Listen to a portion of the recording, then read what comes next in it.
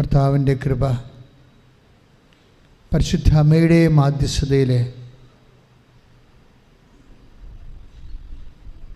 എല്ലാവർക്കും ലഭ്യമാകുന്നതിന്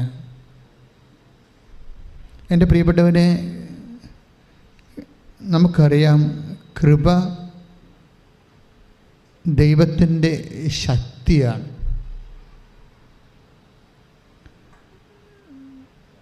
ഉടമ്പടിയും കൃപയും തമ്മിൽ ആണ് ബന്ധം.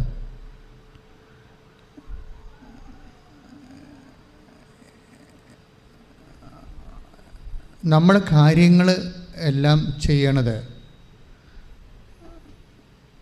എല്ലാ ജീവിത മുന്നേറ്റങ്ങളും നടത്തുന്നത്, ജീവിത ഉത്തരവാദിത്തങ്ങളുടെയും ബാധ്യതകളുടെയും ഒക്കെ നമ്മൾ അതിജീവിക്കുന്നത് പവർ എന്ന ഒറ്റ സങ്കേതം ഉപയോഗിച്ചുകൊണ്ടാണ്. പവർ മീൻസ് ശക്തി.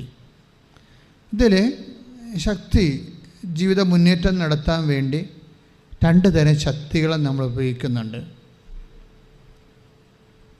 ഇപ്പോൾ നിങ്ങളുടെ പഠനം, പ്രാർത്ഥന, പരീക്ഷ, വിവാഹം, മക്കൾ, ജോലി, ഇങ്ങനെയുള്ള എല്ലാ ജീവിത അവസ്ഥകളെ അഭിമുഖീകരിക്കാൻ മനുഷ്യന് ഉപയോഗിക്കുന്ന സോഴ്സ്, സ്രോതസ്സ് പവർ എന്ന ഒറ്റ സ്രോതസ്സാണ് ശക്തി. ഈ ശക്തി തന്നെ രണ്ട് തരമുണ്ട്. ഒന്ന് മാനുഷികമായ ശക്തിയുണ്ട്. മാനുഷികമായ ശക്തിയുടെ അടിസ്ഥാനം നമ്മുടെ പണം, ആരോഗ്യം, വിദ്യാഭ്യാസം, നമ്മുടെ സ്വാധീന ശക്തി, ഇങ്ങനെ കുറേ കാര്യങ്ങളാണ് മാനുഷികമായ ശക്തിയിൽ. ബുദ്ധിയൊക്കെ മാനുഷികമായ ശക്തിയുടെ ഭാഗമാണ്.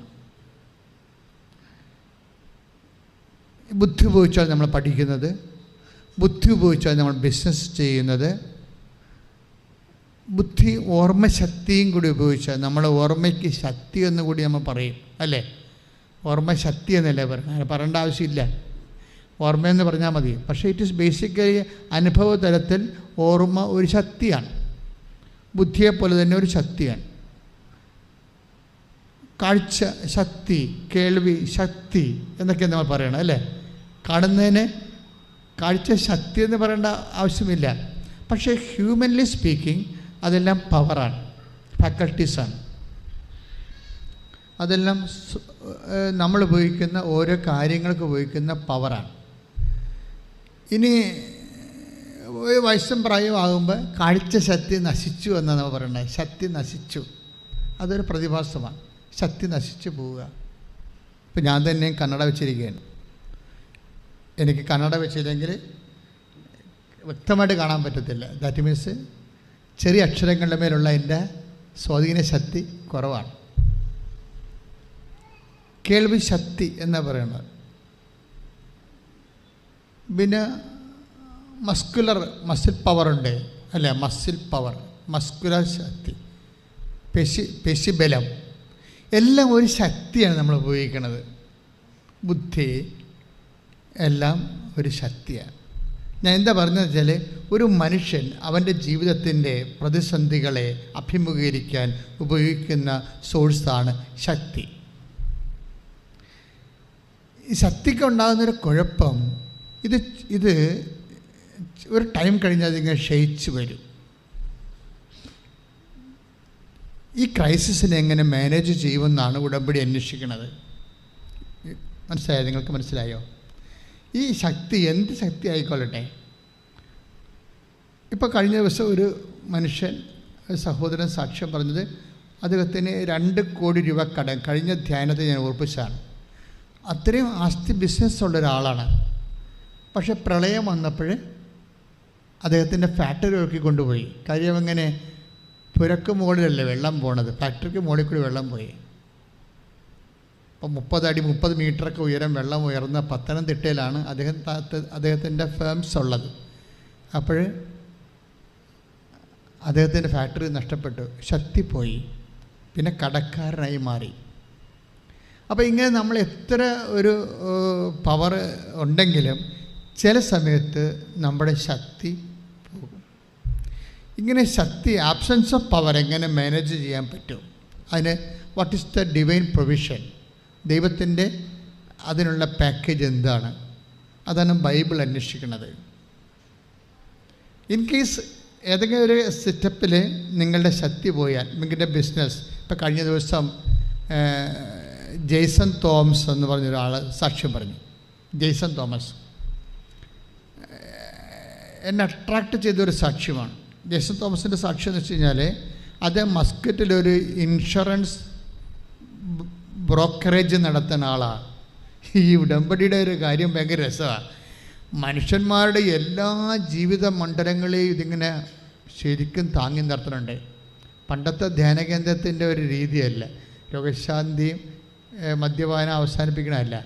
ഉടമ്പടിയുടെ ഒരു പെർസ്പെക്റ്റീവ് എന്ന് പറയുന്നത് ഓൾമോസ്റ്റ് ഓൾ ഒരു ആധുനിക മനുഷ്യൻ കടന്നു പോകുന്ന സങ്കീർണമായ എല്ലാ മേഖലകളിലും അവൻ്റെ ഒപ്പം നടക്കുന്നു എന്നുള്ളതാണ് ഉടമ്പടിയുടെ ഒരു ബലം എന്ന് പറയുന്നത്. അപ്പോൾ ഈ മനുഷ്യന് ഈ ഇൻഷുറൻസ് ബ്രോക്കറേജ് മസ്കറ്റിലെ കമ്പനി പെട്ടെന്ന് ഫ്ലോപ്പായി. ഇയാളുടെ പോലും ശമ്പളം കുടുങ്ങിപ്പോയി. തലശ്ശേരിക്കാരനാണ്, ശമ്പളം കുടുങ്ങിപ്പോയി. 5 മാസത്തെ ശമ്പളമൊക്കെ കിട്ടാനുണ്ട്. നല്ല മിസ്മാനേജ്മെൻ്റ് വന്ന കമ്പനിയാണ്, നല്ല ഭംഗിയായിട്ട് പോകുകയായിരുന്നു. ഈ തോംസൺ ഓക്കെയാണ്, പക്ഷേ സ്റ്റാഫെല്ലാം പറയുന്നുണ്ട്, സാറേ എങ്ങനെയെങ്കിലും സാറ് ഈ കമ്പനിയുടെ തലപ്പത്ത് വന്നില്ല എന്നുണ്ടെങ്കിൽ സംഭവം കൊളാപ്സ് ആകും കേട്ടോ എന്ന് പറയും. പക്ഷെ തലപ്പത്ത് വരുന്നതിന് ഇയാളെക്കാൾ സീനിയോറിറ്റി ആയിട്ടുള്ള ആൾക്കാർ ആ കമ്പനിയിലുണ്ട്. അവരെ ഓവർടേക്ക് ചെയ്യാൻ ഇയാൾക്ക് പറ്റത്തില്ല. അത് എല്ലാ ഫേംസിനും ഉള്ളൊരു ബാധ്യതയാണ്. ആ ഫേംസിൻ്റെ ആദ്യകാലം മുതലേ ഉണ്ടായിരുന്ന കുറേ ആൾക്കാർ എല്ലായിടത്തും ഉണ്ടാവും. അവർ ചിലപ്പോൾ ആ കമ്പനിയുടെ വളർച്ചയ്ക്കൊപ്പം ചിലപ്പോൾ എഡ്യൂക്കേഷനോ എക്സ്പീരിയൻസോ മാസ്റ്ററിയോ ഒക്കെ ഉണ്ടാകത്തില്ല. അത് എല്ലാ കമ്പനികൾക്കും ഉണ്ട ശേഷമാണ്. അത് തുടക്കത്തിൽ അത്ര അവർ ഉദ്ദേശിച്ച് കാണത്തില്ല. ചിലപ്പോൾ വരെ ചിട്ടി കമ്പനിയായിട്ട് തുടങ്ങിയ സംഭവമായിരിക്കും, അപ്പോൾ ഉണ്ടായിരുന്ന ആൾക്കാരായിരിക്കും. ഇൻഷുറൻസ് ബ്രോക്കറേജ് ഇൻ്റർനാഷണലായിട്ട് മാറിയപ്പോൾ അതിനാവശ്യമായ ഇൻ്റലിജൻ്റൊക്കെ വേറെ ഒരു മാസ്റ്ററിൽ നിന്നാണ് വരേണ്ടത്. അപ്പം ആദ്യം ഉണ്ടായിരുന്ന ആൾക്കാർക്കുണ്ട്, പക്ഷെ അവരെ മാറ്റാനും പറ്റത്തില്ല. അവിടെ ശമ്പളം തന്നെ 1 കോടി രൂപയാണ് ഒരു വർഷം. അവിടുത്തെ സിഒയുടെ ശമ്പളം ഒരു വർഷം 1 കോടി രൂപയാണ്. ദാറ്റ് മീൻസ് 10 ലക്ഷം രൂപ അടുത്ത് വരുന്നുണ്ടല്ലോ. 10 ലക്ഷം രൂപ അടുത്ത് ഒരു മാസം ശമ്പളം വരുന്നുണ്ട്. 10 ലക്ഷം രൂപ അടുത്ത് ഒരു മാസം ശമ്പളം വരുന്ന ഒരാളെ ഒരു കമ്പനി തീറ്റിപ്പോറ്റിയാൽ എത്ര കാലം കമ്പനിക്ക് സർവ് ചെയ്യാൻ പറ്റും? പറ്റത്തില്ല. അങ്ങനെ ഈ സാധനം ഇങ്ങനെ ഈ റോക്കറ്റ് വിട്ട പോലെ തന്നെ തിരിച്ചു കുത്തണ പോലെ കടലിൽ കുത്തിക്കൊണ്ടിരിക്കുകയാണ്. കടലിൽ കുത്തി ഇയാളുടെ ഇതിൻ്റെ മാനേജിങ് ഡയറക്ടർ സിഒയുടെ താഴെയുള്ള ആളാണ്. അയാളുടെ ശമ്പളം 5 മാസത്തേക്ക് പെൻഡിങ്ങായി. സ്റ്റാഫിൻ്റെ ശമ്പളം പെൻഡിങ്. അപ്പോഴാണ് ഈ സുഹൃത്ത് ഉടമ്പടിയെക്കുറിച്ച് പറയണത്. ഇതാണ് ഞാൻ പറഞ്ഞത്, ഉടമ്പടി അറ്റ കൈയാണെന്ന് പറയാൻ കാരണം എന്താണ്? ഇയാളുടെ ഹ്യൂമൻ പവർ ലോസായി. ഈ കമ്പനിക്ക് ഇനി എത്ര ബുദ്ധിശക്തി ഉണ്ടായിട്ടും കാര്യമില്ല. അവർക്ക് ചിലപ്പോൾ നല്ല CA IAM പഠിച്ച ആൾക്കാരുണ്ടാവും. പക്ഷെ അവർക്ക് എന്നും ശമ്പളം കിട്ടണില്ല. അവരെത്ര ഇൻ്റലക്ച്വൽ കപ്പാസിറ്റി ഉള്ളവരാണെങ്കിലും എഡ്യൂക്കേഷൻ കലിബറുള്ളവരാണെങ്കിലും ഈ കമ്പനിയുടെ അകത്ത് അവർക്ക് സർവൈവിങ് ഇല്ല. അതാണ് ശക്തി പോണെന്ന് പറയണത്. ശക്തി പോണത് എത്ര കപ്പാസിറ്റി ആൾക്കാർ, നിങ്ങളും ചിന്തിക്കണം. എത്ര കപ്പാസിറ്റി ഉണ്ട് എന്ന് അല്ല പ്രശ്നം. നിങ്ങൾക്ക് സർവൈവ് ചെയ്യാൻ പറ്റാത്ത സിറ്റുവേഷൻസ് ഉണ്ടായാൽ നമ്മളൊരു ബ്ലാങ്കായി പോകും. അപ്പം അങ്ങനെ ഈ കമ്പനി സിങ്കായിക്കൊണ്ടിരിക്കുകയാണ്. അപ്പോൾ ഈ മനുഷ്യന് ഉടമ്പടി ചെയ്യും. ഉടമ്പടിയിലൂടെ ഒരു പ്രശ്നം, ഉടമ്പടി നിങ്ങൾ മനസ്സിലാക്കേണ്ടത്, ഉടമ്പടി വർക്കൗട്ട് ചെയ്യുന്ന ഫോർമാറ്റ് തന്നെ അത് ഹ്യൂമൻ പവറിലല്ല. ഒരു ഹ്യൂമൻ പവറിലല്ല ഇത് വർക്ക് ചെയ്യണത്. ഹ്യൂമൻ പവർ എന്ന് പറയുന്നതാണ് എല്ലാ കമ്പനികളുടെയും ഒക്കെ ഒരു ആസ്തി എന്ന് പറയുന്നത്. സാധാരണ ആസ്തി നമ്മളെ മനുഷ്യധനം എന്ന് പറയത്തില്ലേ നമ്മൾ, ആൾക്കാരുടെ ഹ്യൂമൻ പവർ. അതുപോലെ ആൾക്കാരുടെ ആസ്തി എന്ന് പറയണത് ബുദ്ധിയും എഡ്യൂക്കേഷനൊക്കെ. പക്ഷേ ഇത് വർക്കൗട്ട് ചെയ്യണില്ല ഇവിടെ. ഇത് ക്ഷയിച്ചപ്പോൾ കമ്പനിയെ ക്ഷയിച്ചുകൊണ്ടിരിക്കുകയാണ്. ഇങ്ങനെ വന്നാൽ പിന്നീട് ബൈബിൾ പറയണത് ഈ മനുഷ്യൻ്റെ പവർ ബലഹീനമായി കഴിഞ്ഞാൽ ഓട്ടോമാറ്റിക്കായിട്ട് പിന്നെ വർക്ക് ചെയ്യണത് ദൈവത്തിൻ്റെ ശക്തിയാണ്. ദൈവത്തിൻ്റെ ശക്തി വർക്കൗട്ട് ചെയ്യാൻ നിലവിൽ കൃത്യമായിട്ടുള്ള പ്രോജക്റ്റ് ഇല്ല. നമ്മൾ നൊവേന കൂടുന്നുണ്ട്, പ്രാർത്ഥന കൂടുന്നുണ്ട്, സിംഗിൾ എഡ്ജാണ് സാധനം. ഈ സിംഗിൾ എഡ്ജിനൊക്കെ ഉണ്ടാകുന്ന പ്രശ്നം മേജർ പ്രോജക്റ്റ് എടുക്കാൻ പാടായിരിക്കും. കാര്യം അതിനകത്ത് ദൈവം കക്ഷിയല്ലാത്തത് കൊണ്ടാണ്. നമ്മൾ മാത്രമാണ് കക്ഷി. നമ്മളെ പ്രാർത്ഥനയ്ക്ക് നമ്മൾ മാത്രമാണ് കക്ഷി. ബാക്കി ഹൈപ്പോത്തറ്റിക്കലായിട്ട് ഒരു വിശ്വാസത്തിൻ്റെ പുറത്ത് നമ്മൾ സമർപ്പിക്കുകയാണ്. അത് ദൈവം അക്സെപ്റ്റ് ചെയ്തോ ഇല്ല എന്നുള്ളത് വേറെ വിഷയമാണ്. പക്ഷേ ഉടമ്പടി വരുമ്പോൾ അങ്ങനെയല്ല. ഇത് ബൈലാറ്ററൽ എഗ്രിമെൻ്റാണ്, ഉഭയകക്ഷിയാണ്. ഞാനൊരു കക്ഷി, എൻ്റെ വിഷയത്തിന് ദൈവവും കക്ഷിയാണ്. ദൈവത്തിന് കുറച്ച് നിബന്ധനകളുണ്ട്, എനിക്ക് നിയോഗമാണുള്ളത്. ഇത് ബൈബിളിൻ്റെ ഒരു പ്ലാൻ ആൻഡ് സ്കീമാണ്, ആദ്യം മുതലേ ഉള്ളതാണ്. പൗലോസ് അപ്പോസ്തലൻ പറഞ്ഞു, ബലഹീനത വന്ന പിന്നെ അടുത്ത ഓപ്ഷൻ ഹ്യൂമൻ പവർ ലോസായി കഴിഞ്ഞാൽ, ബുദ്ധിയായാലും ശക്തിയായാലും ധനമായാലും ഹ്യൂമൻ പവർ ലോസായി കഴിഞ്ഞാൽ പിന്നെയുള്ള ഓപ്ഷൻ ഡിവൈൻ പവറാണ്. ഡിവൈൻ പവറിന് ബൈബിൾ വിളിക്കുന്ന പേരാണ് കൃപയെന്ന്. നമ്മൾ കൃപയെന്ന് പറയുമ്പോൾ പ്രസാദം എന്നൊക്കെ പറയാം. അതൊന്നും അല്ല സംഭവം. It's A power. അത് എപ്പോഴുള്ള ഇതിൻ്റെ ഫണ്ടമെൻ്റൽ വേർഡ് എന്ന് പറഞ്ഞാൽ 2 കൊറിന്ത്യസ് 10:9. Take the word of God. 2 കൊറിന്ത്യസ് 10:9 ശ്രദ്ധിക്കട്ടെ.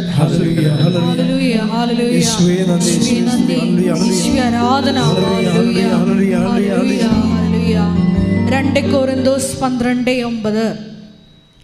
എന്നാൽ അവിടുന്ന് എന്നോട് അരുളി ചെയ്തു. ഏറ്റു പറഞ്ഞേ, എന്നാൽ അവിടുന്ന് എന്നോട് അരുളി ചെയ്തു, നിനക്ക് എൻ്റെ കൃപ മതി, എൻ്റെ ശക്തി മതി. എന്തെന്നാൽ ബലഹീനതയിലാണ് എൻ്റെ ശക്തി പൂർണ്ണമായി പ്രകടമാകുന്നത്. അപ്പൊ ബലഹീനത വന്നാൽ, ഇപ്പോൾ ജെയ്സൺ തോമസ് എന്താണ്, ഒരു ബലഹീനതയിലാണ്. എന്താണ്, കമ്പനി ലാപ്സായി പോയിക്കൊണ്ടിരിക്കുന്നു. അയാൾക്ക് ശമ്പളം കിട്ടിയിട്ട് 5 മാസമായി. ഈ ബലഹീനത ഇനി പ്രവർത്തിക്കാൻ എന്താ പറയണത്? അടുത്ത വായിച്ച് എന്തെന്നാൽ ബലഹീനതയിലാണ് ദൈവത്തിന്റെ ശക്തി പ്രവർത്തിക്കുന്നത്. ഈ കമ്പനി പൊക്കിയെടുക്കാൻ ദൈവത്തിന്റെ ശക്തി മാത്രമേ ഉള്ളൂ. ദൈവത്തിൻ്റെ ശക്തി വേണമെന്നുണ്ടെങ്കിൽ ദൈവം അത്ഭുതം പ്രവർത്തിക്കണം. സാധാരണ ലെവലിലുള്ളതിന് അത്ഭുതം എന്നല്ല പറയണത്. സാധാരണ അവർ കഴിഞ്ഞ കൂടെ ഇങ്ങനെ മെയിൻറ്റെയിൻ ചെയ്ത് പോകും. പക്ഷേ എക്സ്ട്രാ ഒരു വിഷയം വന്നാൽ ദൈവം അത്ഭുതം പ്രവർത്തിക്കണം. ദൈവം അത്ഭുതം പ്രവർത്തിക്കാൻ ഒരു പ്രോജക്റ്റേ ഉള്ളൂ, അത് ഉടമ്പടിയാണ്. അത്ഭുതം ഈ തോമസിൻ്റെ കമ്പനി രക്ഷപ്പെടണമെന്നുണ്ടെങ്കിൽ, ജെയ്സൺ തോമസിൻ്റെ കമ്പനി രക്ഷപ്പെടണമെന്നുണ്ടെങ്കിൽ മാനുഷികമായിട്ട് ഓപ്ഷൻസ് ഒന്നുമില്ല. പിന്നെയുള്ളത് എന്താണ്? ദൈവികമായ ശക്തി പ്രവർത്തിക്കണം. ദൈവമായ ശക്തി പ്രവർത്തിക്കണം. ദൈവം പ്രവർത്തിച്ചോളൂ എന്ന് പറഞ്ഞുകൊണ്ടിരുന്നൊരു കാര്യമില്ല. ദൈവം അത്ഭുതം പ്രവർത്തിക്കുന്ന ഫോർമാറ്റിലേക്ക് നമ്മൾ വരണം. ദൈവം അത്ഭുതം പ്രവർത്തിക്കുന്ന ഫോർമാറ്റ് എന്താണ്? ബൈബിളിൽ കൃത്യമായിട്ട് പറയുന്നുണ്ട്, അത് ഉടമ്പടിയാണ്. പുറപ്പാടിൻ്റെ പുസ്തകം 34:10. പുറപ്പാട് 34:10. ശ്രുതിക്കട്ടെ. ഹല്ലേലൂയ. പുറപ്പാട് 34:10. പുറപ്പാട് 34:10. അവിടുന്ന് അരുളി ചെയ്തു. അവിടുന്ന് അരുളി ചെയ്തു, ഇതാ ഞാൻ ഒരു ഉടമ്പടി ചെയ്യുന്നു. ലോകത്ത് ഒരിടത്തും ഒരു ജനതയുടെ ഇടയിലും നടന്നിട്ടില്ലാത്ത തരം അത്ഭുതങ്ങൾ നിന്റെ ജനത്തിന്റെ മുൻപിൽ ഞാൻ പ്രവർത്തിക്കും. ഇതാണ് പ്രശ്നം. മനസ്സിലായില്ലേ? ഉടമ്പടിയും അത്ഭുതവും തമ്മിലാണ് ബന്ധം. അത്ഭുതങ്ങൾ ഉണ്ടാകാൻ വേണ്ടിയും, ഇപ്പം നമ്മൾ കൃപാസനത്തിൻ്റെ നിങ്ങൾ പുതിയ യൂട്യൂബ് കണ്ടോ? ഒരു ദിവസം 100 സാക്ഷ്യം വെച്ചാൽ കിട്ടണത്. അത്ഭുത സാക്ഷ്യങ്ങൾ 100 ഇപ്പോൾ പുതിയതല്ല. അത്ഭുതങ്ങൾ പ്രവർത്തിക്കുന്നത് ആദിമസഭയുടെ മുഖമുദ്രയാണ്. അത് അപ്പോസ്തലന്മാരൊക്കെ തിരഞ്ഞെടുക്കുമ്പോഴും, നിങ്ങളുടെ അപ്പോസ്തലന്മാരെക്കുറിച്ച് പൗലോസ് അപ്പോസ്തലൻ പറയണതും, പ്രവാചകന്മാർ, അതുപോലെ തന്നെ സുവിശേഷ പ്രഘോഷകർ, അത്ഭുതം പ്രവർത്തിക്കുന്നവർ എന്ന് പ്രത്യേകം പറയുന്നുണ്ട്. അപ്പം അപ്പം ചില കാര്യങ്ങൾക്ക് അത്ഭുതം, take the bed of God, അത്ഭുതം പ്രവർത്തിക്കുന്നവർ ശ്രദ്ധിക്കട്ടെ. Hallelujah, hallelujah, hallelujah, hallelujah, hallelujah, hallelujah. യേശുവേ സ്തുതി. Hallelujah, hallelujah, hallelujah. 28 ദൈവം സഭയിൽ ഒന്നാമത് അപ്പോസ്തലന്മാരെയും രണ്ടാമത് പ്രവാചകന്മാരെയും മൂന്നാമത് പ്രബോധകരെയും തുടർന്ന് അത്ഭുത പ്രവർത്തകർ, രോഗശാന്തി നൽകുന്നവർ, സഹായകർ, ഭരണകർത്താക്കൾ, വിവിധ ഭാഷകളിൽ സംസാരിക്കുന്നവർ എന്നിവരെയും നിയമിച്ചിരിക്കുന്നു. അപ്പൊ ഇതെല്ലാം നിയമനമാണ് ശരിക്കും. ഇപ്പം സഹായകരെന്ന് പറഞ്ഞു കണ്ടില്ലേ. അപ്പോൾ ആദ്യം അപ്പോസ്തലന്മാർ, പിന്നെ പ്രവാചകർ, 4ാം സ്ഥാനത്താണ് ഈ അത്ഭുതം പ്രവർത്തിക്കുന്നവർ, 5ാം സ്ഥാനത്താണ് രോഗശാന്തി പ്രവർത്തിക്കുന്നവരും, അതിൻ്റെ കൂടെ തന്നെയാണ് സഹായകർ. സഹായകരെന്ന് പറഞ്ഞാൽ എന്താണ്? ഇപ്പം നമ്മൾ തന്നെ ഇവിടെ എന്തുമാത്രം എത്രയോ വർക്കേഴ്സ്, 100 വർക്കേഴ്സ് ഉണ്ട് ഇവിടെ. ശുശ്രൂഷകർ എന്ന് പറയുന്ന കർത്താവിൻ്റെ ശുശ്രൂഷ മുന്നോട്ട് കൊണ്ടുപോകാനുള്ള ക്രമീകരണങ്ങൾ ചെയ്യണത്. 10 ഉടമ്പടിക്കേണ്ട 13 കൗണ്ടേഴ്സ് ഉണ്ട്. ഈ 13 കൗണ്ടേഴ്സ് കൊണ്ട് 4.5 മണിക്കൂർ കൊണ്ടാണ് ഉടമ്പടി പ്രോസസ്സായി എടുക്കുന്നത്. അതിനുള്ളിൽ 100 പേരുടെ സഹായം നമുക്ക് കിട്ടിയാലേ ഇത് നടത്തിക്കൊണ്ടു പോകാൻ പറ്റത്തുള്ളൂ. അത് സഹായിക്കരുത്. പക്ഷേ അത് സഹായം ഒരു ശുശ്രൂഷയാണ്, അതൊരു ഫങ്ഷനല്ല, ഒരു വർക്കല്ലത്, അതൊരു മിനിസ്ട്രിയാണ്. സഹായകരെ ആദിമസഭയിലുണ്ടായതാണ്. പക്ഷേ ഇതെല്ലാം അപ്പോസ്തലന്മാർക്ക് വിധേയമായിരിക്കണം. അപ്പോസ്തലന്മാരുടെ സ്ഥാനത്തുള്ള ആരാണ്? ബിഷപ്പുമാരാണ്. അതുപോലെ അതിനുശേഷം ഈ പ്രവാചകന്മാർ വരെ ബിഷപ്പുമാരാണ്. അതിനകത്ത് പ്രഘോഷകരുണ്ടാവും, പ്രവാചകരുണ്ടാവും. അതെല്ലാം വചന പ്രഘോഷമായിട്ട് ബന്ധപ്പെട്ട മിഷണറീസാണ്. അപ്പോൾ അവരെല്ലാം ആരായാലും ശരി അപ്പോസ്തലന് വിധേയമായിരിക്കണം. അപ്പോസ്തലനാണ് അധികാരം ദൈവം കൈമാറിയിരിക്കുന്നത്. അപ്പോൾ ഇത് സഭയുടെ ഒരു സ്ട്രക്ചറാണ്. അതിൻ്റെ ഭാഗമായിട്ട് ചില സമയത്ത് ഒരു വ്യക്തിക്ക് ഒരു ദൈവം ഒരു അത്ഭുതം പ്രവർത്തിക്കേണ്ടാതെ നിക്കക്കളില്ലാതെ വരുമോ. ഇപ്പോൾ ജെയ്സൺ തോമസിൻ്റെ പ്രശ്നം അതല്ലേ. ജെയ്സൺ തോമസിനെ സംബന്ധിച്ചിടത്തോളം ഇപ്പോൾ പുറപ്പാട് 34:10 അനുസരിച്ച് കൊണ്ട് ദൈവം ഉടമ്പടി സ്ഥാപിച്ചിരിക്കുന്നത് അത്ഭുതം പ്രവർത്തിക്കാൻ തന്നെയാണ്, ഒരു സംശയമില്ല കരുതിൽ. പക്ഷേ ആ അത്ഭുതം പ്രവർത്തിക്കുമ്പോൾ ഈ ജെയ്സൺ തോമസ് എന്താ ചെയ്തിരിക്കണത്? ഉടമ്പടി എടുത്ത ഉടനെ എന്ത് അത്ഭുതമാണ് അവിടെ നടന്നത്. ഉടമ്പടി എടുത്ത് ആ യൂട്യൂബിൽ കിടക്കുന്നുണ്ട് ആ സാക്ഷ്യം, കഴിഞ്ഞ ആഴ്ച ഇട്ടതാണ്. ഈ ജെയ്സൺ തോമസ് കൂപ്പുകുത്തണ തൻ്റെ സീറോയിലേക്ക് പോയിക്കൊണ്ടിരിക്കുന്ന തകർച്ചയെ ബാധിക്കുന്ന കമ്പനി രക്ഷപ്പെടാൻ വേണ്ടി മാതാവുമായിട്ട് മധ്യസ്ഥയിൽ ഉടമ്പടി ചെയ്ത് കഴിയുമ്പോൾ സെക്കൻഡുകൾക്കുള്ളിൽ, ഒരാഴ്ചക്കുള്ളൊരു സംഭവം നടക്കും. എന്താണ്? ബർബേഷ എന്ന് പറയുന്ന ഒരു ഗുജറാത്തുകാരനാണ് CEO. അയാളാണ് ഇതിനെ തലപ്പത്തിരിക്കുന്നത്. അയാളുടെ സ്റ്റിയറിങ്ങിലാണ് കമ്പനി പോണത്. അയാൾക്കാണ് 1 കോടി രൂപ ശമ്പളം, ഒരു വർഷമാണ് 10 ലക്ഷം രൂപ വെച്ച് മാസം. അയാൾ ഈ ഉടമ്പടി എടുത്തോടുകൂടി പൊടുന്നനെ രാജിയായി കളയും. പൊടുന്നനെ രാജിവെച്ച് പോകും, ആരോടും ചോദിക്കാതെ പൊടുന്നനെ രാജിവെച്ച് പോവുകയും കമ്പനിക്ക് പിന്നെ ഓഫർ കിട്ടുകയും പെട്ടെന്ന് കമ്പനി ഷൂട്ടപ്പ് ചെയ്തിട്ട് ജെയ്സൺ തോമസ് CEO ആവും. ഇതിൻ്റെ വിഷയം അതാണ്. ഇത് നമ്മൾ നടക്കുന്ന ഒറ്റ ആഴ്ച കൊണ്ട് നടക്കുന്ന അത്ഭുതമാണിത്. അങ്ങനെ ചില ജീവിതത്തിൻ്റെ ചില ഭാഗത്ത് ദൈവം അത്ഭുതം പ്രവർത്തിക്കാതെ വേറെ ഒരു മാർഗമില്ലാതെ വരും. അതുകൊണ്ടാണ് ഞാൻ നിങ്ങളോട് പറയണത്, ദൈവത്തിന് ചെയ്യാൻ പറ്റുന്ന ജോലി ഉണ്ടെങ്കിൽ മാത്രമേ ഉടമ്പടി എടുക്കാവൂ. നിങ്ങൾക്ക് ചെയ്യാൻ പറ്റുന്നുണ്ടെങ്കിൽ നിങ്ങൾ ദൈവത്തെ കക്ഷി ചേർക്കാതിരിക്കണം നല്ലത്. കാര്യം ദൈവത്തിൻ്റെ നമ്മളിൻ്റെ അകത്ത് കക്ഷിയാക്കുമ്പോൾ ഫുൾ ആൻഡ് ഫുൾ ദൈവമായിരിക്കണം. ഇത് മറ്റത് കുറച്ച് നിങ്ങളിലും ആശ്രയിക്കും, ദൈവത്തിനും ആശ്രയിക്കും. ഇപ്പം നിങ്ങൾ പഠിക്കുന്നവരുണ്ടെങ്കിൽ, നല്ലോണം പഠിക്കുന്നവരുണ്ടെങ്കിൽ ദൈവം അതിൻ്റെ അകത്ത് കക്ഷിയാക്കേണ്ട കാര്യമില്ല. അത് നിങ്ങൾക്ക് ജനറ്റിക്കൽ ബ്ലെസ്സിങ്സ് നേരത്തെ തന്നിട്ടുള്ളതാണ്. ഉൽപ്പത്തി 1:28 സന്താനപുഷ്ടിയുടെ പെരുകണം, ഭൂമിയെ കീഴടക്കണം. അപ്പോൾ ജീവിതം ഏത് സാഹചര്യത്തിലായാലും ജീവിതത്തെ കീഴടക്കാനുള്ള ബുദ്ധിയും ശേഷിയും ശേമുഷിയും ഒക്കെ ദൈവം already by birth it is given. അതിന് ജനറ്റിക്കൽ ബ്ലെസ്സിങ്സ് എന്ന് പറയും. ഈ ജനറ്റിക്കൽ ബ്ലെസ്സിങ്സിനെ കവർ ചെയ്തുകൊണ്ടൊരു പ്രശ്നം ഉണ്ടായാൽ ആണ് ഉടമ്പടി വരണത് ശരിക്കും. ഇപ്പോൾ കഴിഞ്ഞ ദിവസങ്ങളിൽ ഒരു ബീന എസ് നായർ ഒരു സാക്ഷ്യം പറഞ്ഞു. ബീന എസ് നായർ ആ സാക്ഷ്യമുണ്ട്. എന്താ സാക്ഷ്യം എന്ന് പറയണത്? അവരൊരു ജ്യോതിഷിയാണ്, ജ്യോതിഷം പഠിച്ച ആളാണ്. അപ്പോൾ അവരത് പറയുന്നുണ്ട്, ഞാൻ ജ്യോതിഷിയാണ് എന്ന് പറയുന്നു. പക്ഷെ അവരുടെ സാക്ഷ്യം എന്താണ്? അവരുടെ മകന് 1, 2, 3, 136 കല്യാണമാണ് വരണം. 136 കല്യാണം. അവരത് പറയുന്നുണ്ട് സാക്ഷ്യത്തിൽ. 136 കല്യാണം വന്നിട്ട് ഒരെണ്ണം പോലും ഒക്കണില്ല. ഇവനിപ്പോൾ എന്നാ പറ്റി? 36 വയസ്സായി. അപ്പം മെരിറ്റ് പോയി. 36 വയസ്സെന്ന് പറയുമ്പോൾ യൂറോപ്യൻസാണ് സാധാരണ 35 വയസ്സിൽ കെട്ടണത്, കല്യാണം കഴിക്കണത്. അവരുടെ പഠനവും പ്രൊഫഷനൊക്കെ സെറ്റ് ചെയ്തിട്ട് അവർ ആരെങ്കിലുമൊക്കെ ഇങ്ങനെ ഡേറ്റ് ചെയ്ത് കുറേ ആൾക്കാർക്ക് ഉപേക്ഷിച്ച് അങ്ങനെ അവസാനം ചൂസ് ചെയ്ത് ആരെങ്കിലും ഒരാളെ കല്യാണം കഴിക്കും. എന്തെങ്കിലും നിൽക്കുന്നുണ്ടാകുന്നത് വേറെ വിഷയം. അത് അവരുടെ കൾച്ചറിൻ്റെ ഒരു വിഷയമായിട്ട് മാറുകയാണ്. പക്ഷെ നമ്മുടെ കൾച്ചർ അങ്ങനെയല്ല. നമ്മുടെ കൾച്ചറിൽ ഇപ്പോൾ 18 വയസ്സ് തന്നെ ആൾക്കാർ കല്യാണം കഴിക്കാൻ തുടങ്ങിയിട്ടുണ്ട്, അല്ലേ? പണ്ട് പോലെ ഇവിടെ നിലവിലുള്ള ആചാരമാണ്. അതല്ലേ ഈ ഏകീകൃത സിവിൽ കോഡ് വേണമെന്ന് ഗവൺമെൻറ് പറയണത്. അതിൻ്റെ ഉദ്ദേശത്തിന് പല ഉദ്ദേശമുണ്ട്. കാര്യം ഇവിടുത്തെ ഒരു പൗരനാകുമ്പോൾ സ്വാഭാവികമായിട്ടും പൊതുവായിട്ടുള്ള ഒരു കോഡ് വേണമെന്ന് ഒരു സെക്യുലർ ഗവൺമെൻറ് ആഗ്രഹിക്കുന്നത് സ്വാഭാവികമാണ്. അത് നമ്മുടെ വിഷയമല്ല. പക്ഷെ ഞാൻ പറഞ്ഞു വരുന്നതിൻ്റെ കാരണം ഇവിടുത്തെ കല്യാണപ്രായം ഒരു 24 വയസ്സാണ് ഒരു മിനിമം. അതായി ആ മിനിമത്തിൽ നിന്ന് മാറിയിട്ട് മെറിറ്റ് പോവുകയാണ്. How he's losing his merit, that's I am pointing. അതായത് അയാളുടെ മെറിറ്റ് എങ്ങനെയാണ് പോണത്? 24 വയസ്സ് കഴിഞ്ഞ് 25 വയസ്സായി, 26 വയസ്സായി, 30 വയസ്സായി, 31ആയി, 32ആയി, കല്യാണം ഇങ്ങനെ വരുന്നു പോകുന്നു, ഒന്നും ഒക്കണില്ല. 36 വയസ്സായി, 136 കല്യാണങ്ങൾ വരുന്നെന്ന് പറയുമ്പോൾ അവിടെ മെറിറ്റ് 0 മെറിറ്റ് വന്നു. മാനുഷ്യമായി 0 മെറിറ്റായി. ഈ 0 മെറിറ്റായി കഴിഞ്ഞാൽ നമുക്കറിയാമല്ലോ, ഉടമ്പടി വർക്ക് ചെയ്താൽ എങ്ങനെ?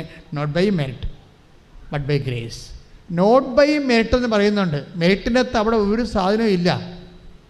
നിങ്ങളെന്താ പറയുക, പല കാര്യങ്ങളും നിങ്ങൾക്ക് മെറിറ്റുള്ള കാര്യങ്ങളാണ് ഉടമ്പടി വെക്കണത്.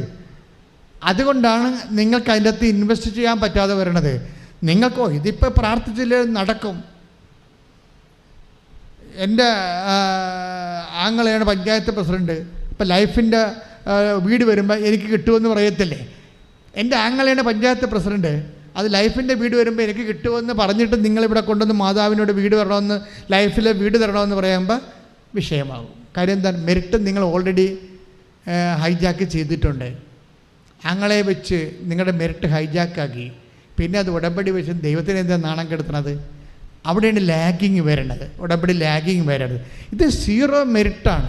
ഇപ്പോൾ ബീനേസ് നായറിൻ്റെ മകനെ സംബന്ധിച്ചിടത്തോളം കല്യാണം എന്ന് 136 കല്യാണം കഴിഞ്ഞു, വന്നു പോയി, കണ്ടിട്ട് ഒന്നിനും ഒത്തില്ല. പിന്നെ അദ്ദേഹത്തിന് 36 വയസ്സുമായി. 0 മെറിറ്റാണ്. ഈ 0 മെറിറ്റുള്ള ആൾ എങ്ങനെയാണ് ഉടമ്പടി എടുക്കുമ്പോൾ ആ ആഴ്ചത്തെ തന്നെ കല്യാണം നടക്കണത് എങ്ങനെയാണ്? ഇതാണ് പുറപ്പാട് 34:10. എന്താണ്? ഞാൻ നീയുമായിട്ടൊരു ഉടമ്പടി ചെയ്യാം. നിനക്ക് 0 മെറിറ്റാണെങ്കിലും ശരി, ഞാൻ 0 മെറിറ്റ് വരുമ്പോഴാണ് അത്ഭുതം പ്രവർത്തിക്കണത്. വീണ്ടും വചനം വായിച്ചേ. Not by merit but by grace. Ephesians 2:8. സ്തുതിക്കട്ടെ. ഹല്ലേലൂയ.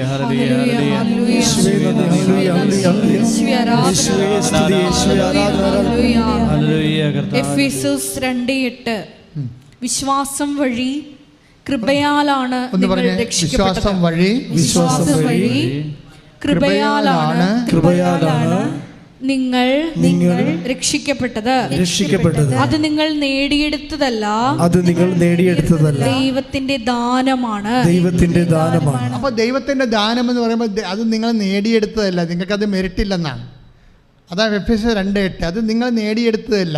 നിങ്ങളുടെ ബുദ്ധി കൊണ്ടോ എഡ്യൂക്കേഷൻ കൊണ്ടോ സ്വാധീനം കൊണ്ടോ അല്ലെങ്കിൽ നിങ്ങളുടെ പ്രയോറിറ്റി കൊണ്ടോ നിങ്ങളുടെ എക്സ്പീരിയൻസ് കൊണ്ടോ നിങ്ങൾ നേടിയെടുത്തതല്ല. അവിടെ നിങ്ങളുടെ നേട്ടം 0 മെറിറ്റാണ്. പിന്നെന്താണ്?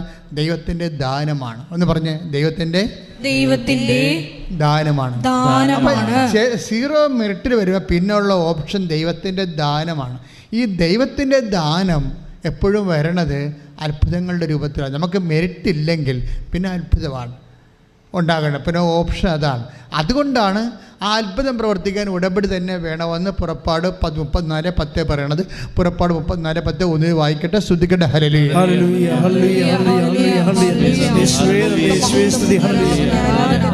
അവിടുന്ന് അരുൾ ചെയ്തു, ഇതാ ഞാൻ ഒരു ഉടമ്പടി ചെയ്യുന്നു.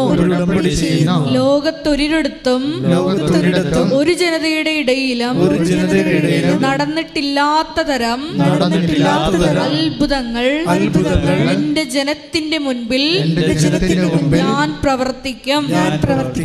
ഇത് ദൈവത്തിന്റെ വാക്കാണ്. അപ്പം നമ്മൾ ശ്രദ്ധിക്കേണ്ടത് ഈ ദൈവത്തിൻ്റെ വാക്ക് നിറവേറുമ്പോഴാണ് നമുക്ക് ദൈവത്തിൻ്റെ ദാനങ്ങൾ ലഭിക്കണത്. ദൈവത്തിൻ്റെ ദാനങ്ങൾ ലഭിക്കണമെങ്കിൽ എന്ത് ചെയ്യണം? ബേസിക്കായിട്ട് നമുക്ക് വിശ്വാസം ഉണ്ടാകണം, അല്ലേ? അതാണ് എഫേസ്യസ് 2:8, take the word of God. വിശ്വാസം. ശ്രുതികട്ടെ ഹല്ലേലൂയ. എഫേസ്യസ് 2:8 വിശ്വാസം വഴി കൃപയാലാണ് നിങ്ങൾ രക്ഷിക്കപ്പെട്ടത്. അത് നിങ്ങൾ നേടിയെടുത്തതല്ല, ദൈവത്തിന്റെ ദാനമാണ്.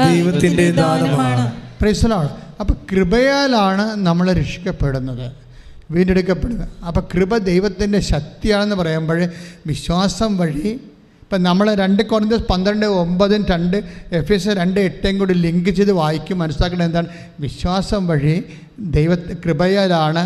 അത് മീൻസ് ദൈവത്തിൻ്റെ ശക്തിയാലാണ്. ഒന്ന് പറഞ്ഞ വിശ്വാസം വഴി ദൈവത്തിൻ്റെ കൃപയാലാണ്, അഥവാ ദൈവത്തിൻ്റെ ശക്തിയാലാണ് അത്ഭുതങ്ങള് പ്രവർത്തിക്കപ്പെട്ട് ദൈവത്തിൻ്റെ ദാനം ഉടമ്പടി വഴി നമ്മൾക്ക് ലഭിക്കുന്നത്. കൈ അടിച്ച് കർത്താവിനെ സ്തുതിക്കട്ടെ.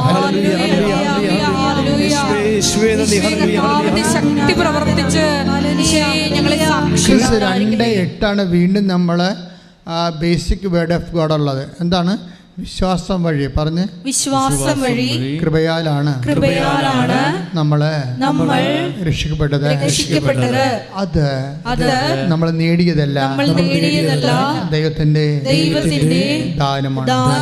അപ്പോൾ ദൈവത്തിന്റെ ദാനം നമുക്ക് ലഭിക്കുന്നത്, ദൈവത്തിന്റെ ശക്തി നമുക്ക് ലഭിക്കുന്നത് ഉടമ്പടി വഴിയാണെന്നാണ് പുറപ്പാട് 34:10 നമ്മൾ വായിച്ചത്. ഞാൻ പറഞ്ഞു വരുന്നൊരു കാര്യം, ഈ വിശ്വാസം വഴി എന്നുള്ളത് ആണ് ഇതിൻ്റെ അകത്ത് ഏറ്റവും ടോപ്പായിട്ടുള്ള വേഡ്.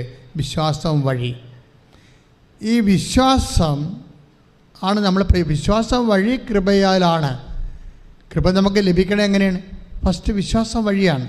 വിശ്വാസമാണ് ഇതിൻ്റെ ബേസിക് എന്ന് പറയണത്. ഉടമ്പടി ആയാലും ശരി, അതിൻ്റെ ബേസിക് വിശ്വാസം തന്നെയാണ്. പക്ഷേ അതിൻ്റെ കുറച്ചുകൂടി ഈ കള്ളം മൂത്ത് വിനായി ആകണ പോലെ വിശ്വാസം മൂത്ത് വിശ്വസ്തത ഉണ്ടാകും. അത് വേറെ ഒരു സബ്ജക്റ്റാണ്. അത് ഞാൻ വരുന്നുണ്ട്. അതല്ല, ഈ വിശ്വാസം വഴി പറഞ്ഞ് വിശ്വാസം വഴി കൃപയാലാണ് നമ്മൾ രക്ഷിക്കപ്പെട്ടത്. അപ്പം വിശ്വാസം ആണ് ഇതിൻ്റെ അകത്ത് മെയിൻ സബ്ജക്റ്റ്. വിശ്വാസത്തിൻ്റെ കൈമാറ്റം. വിശ്വാസം എപ്പോഴും വരണത്, ആക്ടിവേറ്റ് ആകണത് കൈമാറ്റത്തിലൂടെയാണ്. വിശ്വാസം നമുക്ക് മൂന്നോ നാലോ തരത്തിൽ വിശ്വാസം കൈമാറാൻ പറ്റും.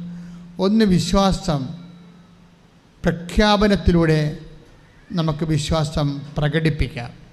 വിശ്വാസ പ്രകടനത്തെക്കുറിച്ചാണ് ഞാൻ നിങ്ങളോട് സംസാരിക്കുന്നത്. ഇപ്പം എന്താ നമ്മുടെ സബ്ജക്റ്റ് എന്താണ്? എഫേസ്യസ് 2:8 ഉടമ്പടിയുടെ അസ്ഥിവചനങ്ങൾ. എന്താണത്? അത് പറഞ്ഞ വിശ്വാസം വഴി കൃപയാലാണ് നമ്മൾ രക്ഷിക്കപ്പെട്ടത്. അപ്പോൾ ഈ വിശ്വാസം ആക്ടിവേറ്റ് ചെയ്യുന്നത് അതിൻ്റെ പ്രകടനപരത പഠിക്കണം. നമുക്ക് ബുദ്ധിപരമായിട്ട് ചെയ്യേണ്ട ഒരു വിഷയമാണ് ഉടമ്പടി, അല്ലാതെ വൈകാരികമായിട്ട് വരുന്ന വിഷയമല്ല. വിശ്വാസത്തിന് ഒരു പ്രകടനപരതയുണ്ട്. വിശ്വാസം പ്രകടിപ്പിക്കുന്ന രീതി. ഇപ്പോൾ വേണമെങ്കിൽ നമുക്ക് എനിക്ക് 3 തരത്തിൽ വിശ്വാസം പ്രകടിപ്പിക്കാൻ പറ്റും.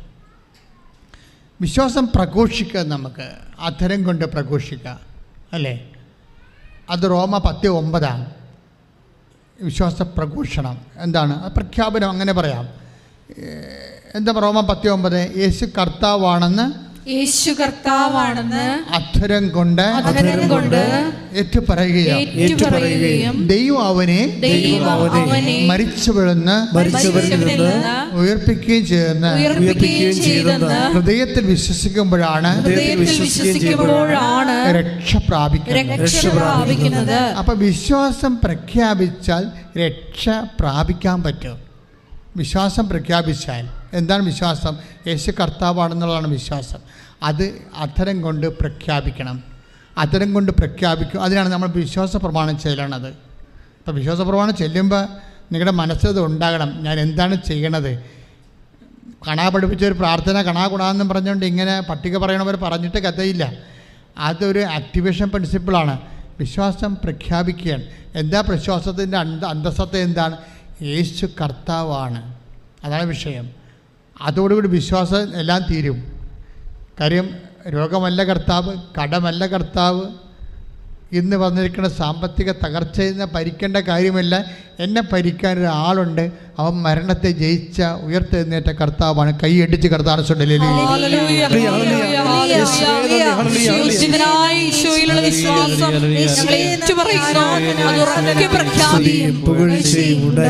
അപ്പോൾ ഉയർത്തെഴുന്നേൽപ്പ്, യേശുവിൻ്റെ ഉയർത്തെഴുന്നേൽപ്പിൽ വിശ്വസിക്കുമ്പോഴാണ് യേശു കർത്താവെന്ന് പറയുന്നത്. അല്ലെങ്കിൽ യേശു മാത്രമാണ്. എൻ്റെ കർത്താവ് എന്ന് വിളിക്കണമെങ്കിൽ അതിൻ്റെ അർത്ഥം ആ വിശ്വാസി അതിൻ്റെ ദൈവശാസ്ത്രം അറിയുന്നു എന്നതിൻ്റെ അർത്ഥം എന്താണ്? യേശു മരണത്തെ അതിജീവിച്ച് ഉയർത്തെഴുന്നേറ്റ് ജീവൻ്റെ മേൽ കർത്തൃസ്ഥാനമുള്ള ആളാണ്. അതാണ് കർത്താവ്. യേശു കർത്താവാണെന്ന് പറഞ്ഞാൽ തീരാവുന്ന പ്രശ്നമേ മനുഷ്യൻ്റെ ജീവിതത്തിലുള്ളത്. അത് വിശ്വാസ പ്രഖ്യാപനമാണ്. അപ്പോൾ വിശ്വാസം പ്രഖ്യാപിക്കുന്നവർ അതിൻ്റെ മാത്തമാറ്റിക്സ് അറിയണം. അല്ല വെറുതെ എന്ത് യേശു കർത്താവാണെന്ന് പറഞ്ഞാൽ ചുമ്മാ അതരം കൊണ്ട് ഏറ്റു പറയുമ്പോൾ ഹൃദയത്തിൽ ഒരു സെക്കൻഡ് ഫാക്കൽറ്റി ഉണ്ട്. ഇത് നമുക്കറിയാമല്ലോ, ഇത് ഒരു മൗത്താണ്, ഒരു മെഗാഫോണാണിത്. ഈ മെഗാഫോണിൻ്റെ വർക്ക്, ഇത് മെഗാഫോൺ കൊണ്ട് യേശു കർത്താവാണെന്ന് നമ്മൾ സ്വരത്തിൽ പറയുമ്പോൾ അതിൻ്റെ ആസ്തിയിൽ തന്നെ ഹൃദയത്തിൽ വിശ്വസിക്കണം. എന്ത് പറയണം? യേശു കർത്താവാണെന്ന് അത്തരം കൊണ്ട് ഏറ്റു പറയുമ്പോൾ ഹൃദയത്തിൽ നമ്മൾ വിശ്വസിക്കണം. എന്താണ്? ദൈവം അവനെ മരിച്ചവളിൽ നിന്ന് ഉയർപ്പിച്ചു എന്നാണ്. അവിടെ പീഡാസഹനങ്ങൾക്കൊന്നും വലിയ പ്രാധാന്യമില്ല. അവിടെ ഉയർത്തുന്നതിന് മാത്രമാണ് പ്രാധാന്യം. അനുദിന ജീവിത അനുഭവങ്ങളെ അതായത് അതിജീവിക്കാനുള്ള ഒന്നാമത്തെ മാർഗം ഒന്ന് കുരിശും ഒന്ന് ഉയർത്തെഴുന്നേൽപ്പുമാണ്. കുരിശിനെ അതിജീവിക്കുന്നത് ഉയർത്തെഴുന്നേൽപ്പിൻ്റെ കാലം വരെ നമുക്ക് കിട്ടുന്ന ഒരു സഹിഷ്ണുത, ഒരു വിഷയവുമായിട്ട് നമ്മൾ പൊരുത്തപ്പെടാൻ വേണ്ടി ആണ് കുരിശ് നമുക്കൊരു പാഠ്യവിഷയമായി മാറണത്. കുരിശിൻ്റെ കാലം കഴിയുമ്പോൾ യേശുവിനെ കർത്താവ് ഉയർത്തുന്ന ഉത്ഥാനത്തിൻ്റെ കാലം വരും. അപ്പോഴും ഞാൻ കർത്താവിൻ്റെ സാക്ഷിയായിട്ട് പ്രഘോഷിക്കും. സാക്ഷ്യത്തിന് വേണ്ടി ഒരുക്കലാണ് ഈ കുരിശ് ചെയ്യണത്. ദുഃഖാനുഭവങ്ങളും ദുരിതാനുഭവങ്ങളും രോഗാനുഭവങ്ങളും ഒക്കെ ചെയ്യണത് ക്രിസ്തുവിലേക്കുള്ള ഉത്ഥാനം ചെയ്ത ക്രിസ്തുവിലേക്കുള്ള നമ്മുടെ ദൂരമാണ്. കൈയിട്ടിച്ച് കർത്താവിന്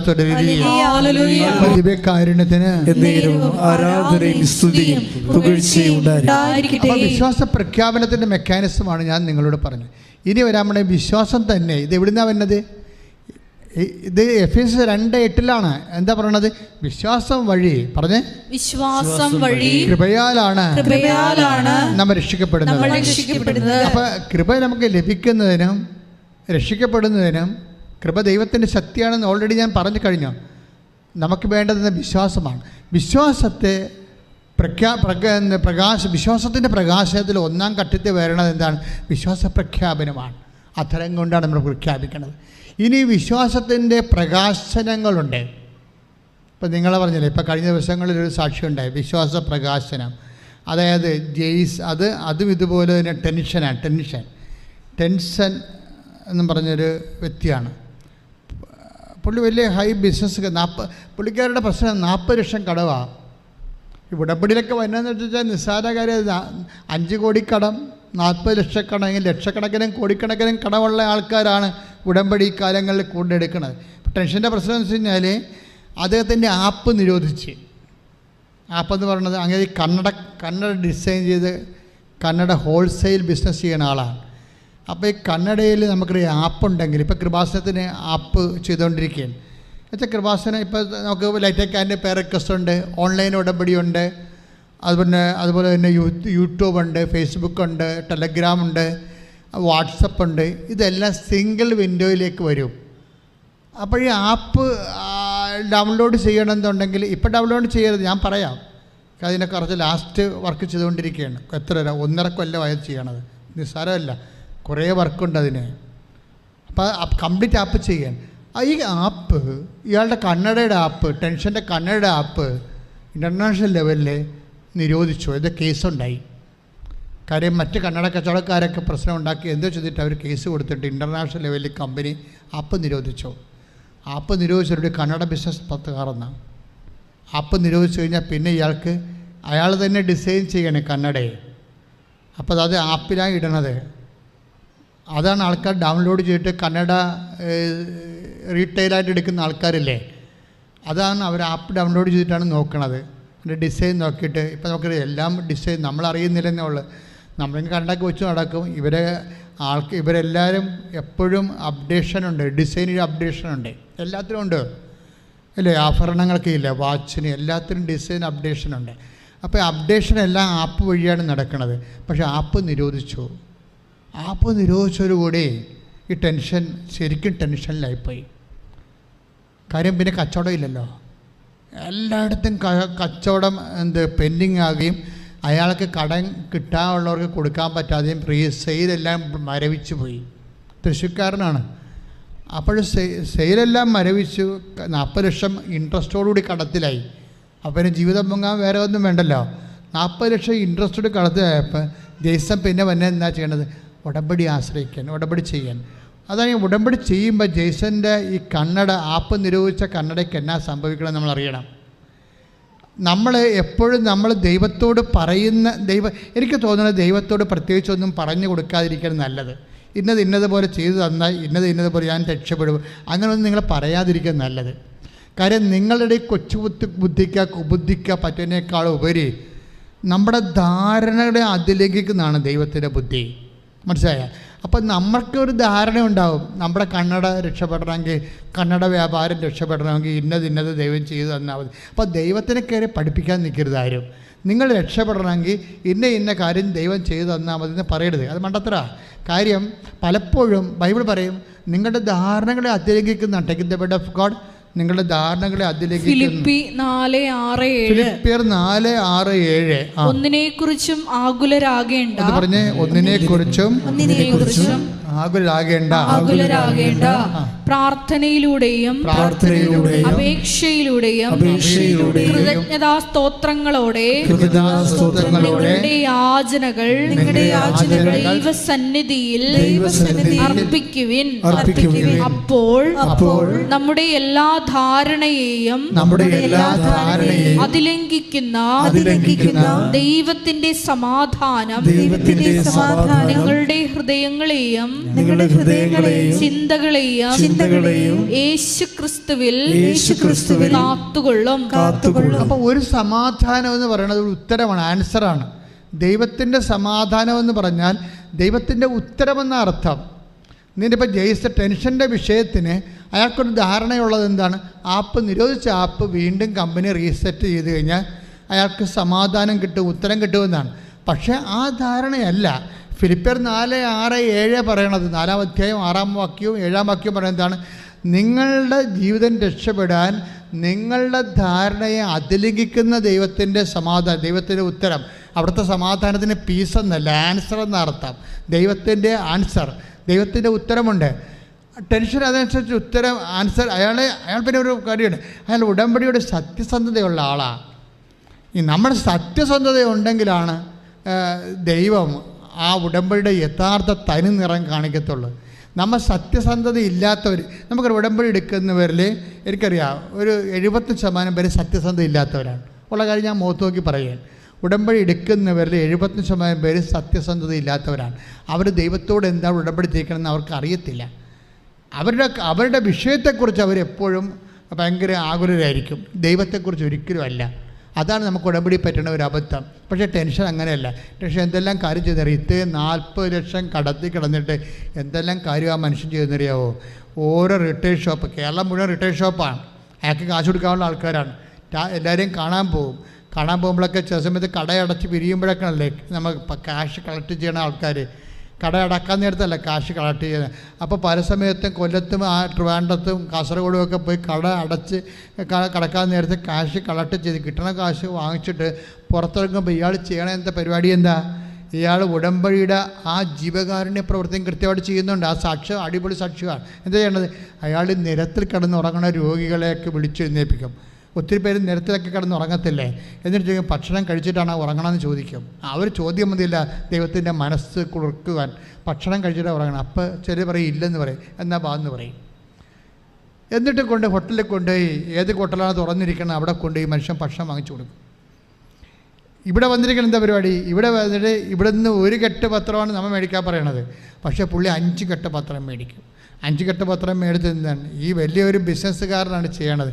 അയാൾ ഓരോ മെഡിക്കലിൻ്റെ വാതിക്കൽ പോയി നിൽക്കും. ഓരോ മെഡിക്കൽ, ആ സാക്ഷി നിങ്ങളൊന്ന് കേൾക്കണം, ടെൻഷൻ്റെ. ഓരോ മെഡിക്കലിൻ്റെ വാതിക്കൽ പോയി നിൽക്കും. എന്നിട്ട് ഓരോരുത്തരോട് പറയും.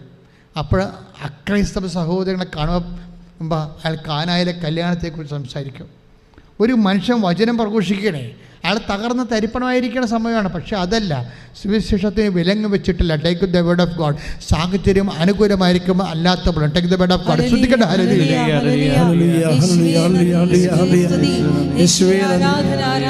ദിവ്യകാരുണ്യത്തിന് ആരാധനയും സ്തുതിയും പുകഴ്ചയും ഉണ്ടായിരിക്കട്ടെ. 2 തിമോത്തി 4:2 വചനം പ്രസംഗിക്കുക. സാഹചര്യങ്ങൾ അനുകൂലമാണെങ്കിലും അല്ലെങ്കിലും ജാഗരൂകതയോടെ വർത്തിക്കുക. മറ്റുള്ളവരിൽ ബോധ്യം ജനിപ്പിക്കുകയും അവരെ ശാസിക്കുകയും ഉദ്ബോധിപ്പിക്കുകയും ചെയ്യുക. വചനം പ്രഘോഷിക്കുക. സാഹചര്യം അനുകൂലമാണെങ്കിലും അല്ലെങ്കിലും. എപ്പോഴും നമുക്ക് സാഹചര്യം അനുകൂലമായി വരിക. ഇപ്പം ജെയ്സിന് സാഹചര്യം അനുകൂലമല്ല. 40 ലക്ഷം കടവും അതിൻ്റെ ഇൻട്രസ്റ്റും കടക്കാരുടെ വിളിയും തിരക്കും എല്ലാമാണ്. പക്ഷെ അതിൻ്റെ ഉള്ളിലും അദ്ദേഹം വചനം പ്രഘോഷിക്കുകയാണ്. പല വിശ്വാസികളാണെങ്കിലും അയ്യോ നാം ഉടമ്പടി എടുത്തിട്ടും കടക്കാർ വിളി നിർത്തണില്ലല്ല എന്ന് പറഞ്ഞുകൊണ്ട് മാറിക്കിടന്ന് ഉറങ്ങും, അല്ലെങ്കിൽ 2 സ്മോൾ അടിക്കും. അങ്ങനെ ഇരുട്ടുകൊണ്ട് കൂട്ടിടക്കാനൊന്നും പറ്റത്തില്ല. അത് നട്ടലില്ലാത്ത പരിപാടിയാണ്. മറിച്ച് ദൈവശക്തിയുള്ളവൻ നട്ടുള്ളവനാണ്. വിശ്വാസം നമുക്ക് നൽകുന്നത് എക്സ്ട്രാ നട്ടല്ലാണ്. കൈയിടിച്ച് കർത്താവിനെ സമയങ്ങളിൽ ഞങ്ങൾക്ക് നൽകണമേ.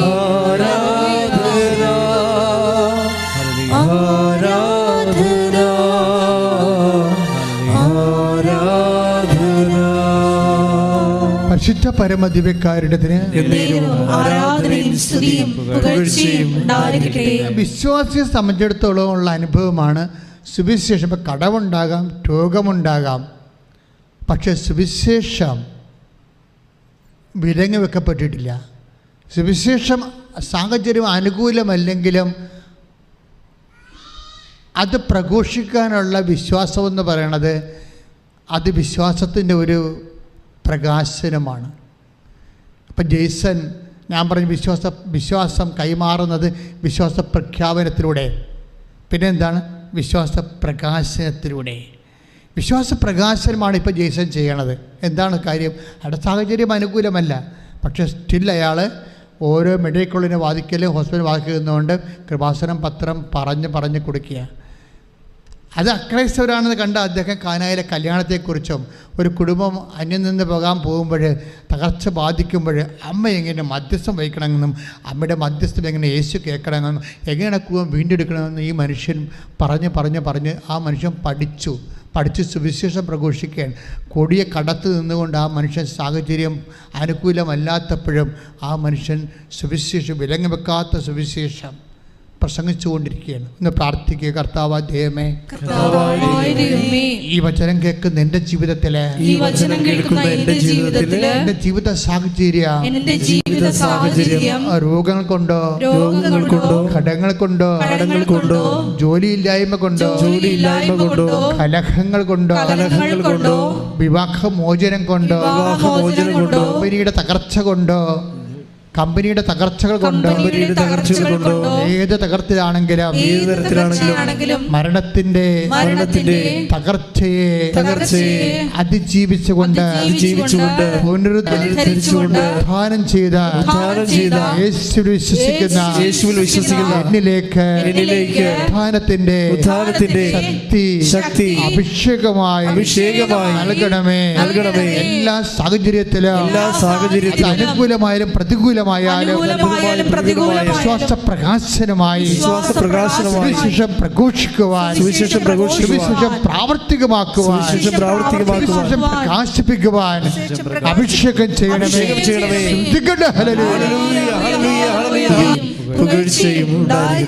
ഇതുകൊണ്ടും തീർന്നില്ല. പുള്ളിക്കാരൻ ആൾക്കാരെ കളക്ട് ചെയ്ത് നാട്ടിലേക്ക് ഇറങ്ങി പ്രവർത്തിച്ചു.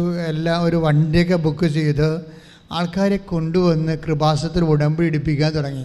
ഇപ്പോഴും ഈ മനുഷ്യൻ്റെ വിഷയത്തിൽ സമാധാനമൊന്നും ഉണ്ടായിട്ടില്ലേ? പക്ഷെ അങ്ങനെ അഡ്വാൻസ് ചെയ്യണം ദൈവത്തിനെ. അല്ല, നമ്മളിപ്പോൾ ചിലരുണ്ടല്ലോ ഓരോരോ പ്രത്യക്ഷീകരണ പ്രാർത്ഥന ചെയ്തേച്ചും വന്ന് കമ്പ്യൂട്ടർ അടിച്ചു നോക്കും. ഓഫർ ലെറ്റർ വന്നാന്ന് അടിച്ചു നോക്കത്തില്ലേ? ഓരോ എന്തെങ്കിലുമൊക്കെ പ്രത്യക്ഷ പ്രാർത്ഥന എന്തെങ്കിലുമൊക്കെ ചില ചില്ലറ പരിപാടിയൊക്കെ ചെയ്തേച്ച് ശുശ്രൂഷ വന്നിട്ട് വിസ വന്നാൽ കമ്പ്യൂട്ടർ അടിച്ചു നോക്കും.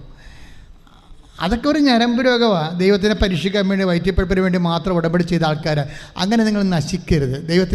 ദൈവത്തിൻ്റെ മുമ്പിൽ വിലയില്ലാത്ത ആൾക്കാരായിട്ട് ബ്രാൻഡ് ചെയ്യരുത്. അപ്പോൾ ദൈവത്തിന് മനസ്സിലാകത്തില്ല, ദൈവത്തിനല്ല വില, നിങ്ങളുടെ വിസയ്ക്കാണ് നിങ്ങൾ പ്രാധാന്യം കൊടുക്കണമെന്ന്. എന്തിനാണ് ദൈവത്തിന് പിടി കൊടുക്കണത്? അത് ലോക മണ്ടത്തരങ്ങളാണ്. കുറച്ച് ബുദ്ധി വേണം ദൈവമായിട്ട് ഇടപെടണമെങ്കിൽ. ആ ബ്രാൻഡഡ് ആകാതിരിക്കാൻ പ്രത്യേകം ശ്രദ്ധിക്കണം. ഈ ജെയ്സൺ കണ്ടില്ലേ, ബ്രാൻഡഡ് അല്ല. അയാൾക്ക് എന്തുമായിട്ട് അത് എൻ്റെ കടങ്ങളെക്കുറിച്ചും ഒക്കെ കർത്താവിന് തീരുമാനം ഉണ്ടാവും. എനിക്ക് കിട്ടിയ അഭിഷേകത്തിൽ ഞാൻ ദൈവത്തിൻ്റെ ജോലി ചെയ്യുമെന്ന് പറഞ്ഞ് അദ്ദേഹം ഓരോരോ ദാനങ്ങൾ ചെയ്യുക, ദാനധർമ്മങ്ങൾ ചെയ്യുക, ഇങ്ങനെ കുറേ ജോലി ചെയ്തുകൊണ്ടിരിക്കുകയാണ്. സുവിശേഷ വേല ചെയ്യുക. ഇത് വിശ്വാസത്തിൻ്റെ പ്രകാശനങ്ങളാണ്. വിശ്വാസത്തിൻ്റെ പ്രഖ്യാപനം പറഞ്ഞു, വിശ്വാസത്തിൻ്റെ പ്രകാശനം പറഞ്ഞു. അപ്പോൾ എന്താ സംഭവിച്ചത്? അയാൾ സ്വപ്നത്തിൽ വിചാരിക്കാത്ത ധാരണ അധ്യയനിക്കുന്ന ഒരു പുതിയ വഴിയുമായിട്ട് മാതാവ് വരണത്. നമ്മൾ ഞെട്ടിപ്പോവും, കണ്ണ് നിറഞ്ഞു പോവും. എന്താ അമ്മ ചെയ്തെന്നറിയോ? ഈ മനുഷ്യൻ്റെ അപ്പൂപ്പൻ്റെ കാലത്ത് കൈമാറ്റം വന്ന ഒരു കുടുംബപ്പുരയിടമുണ്ട്.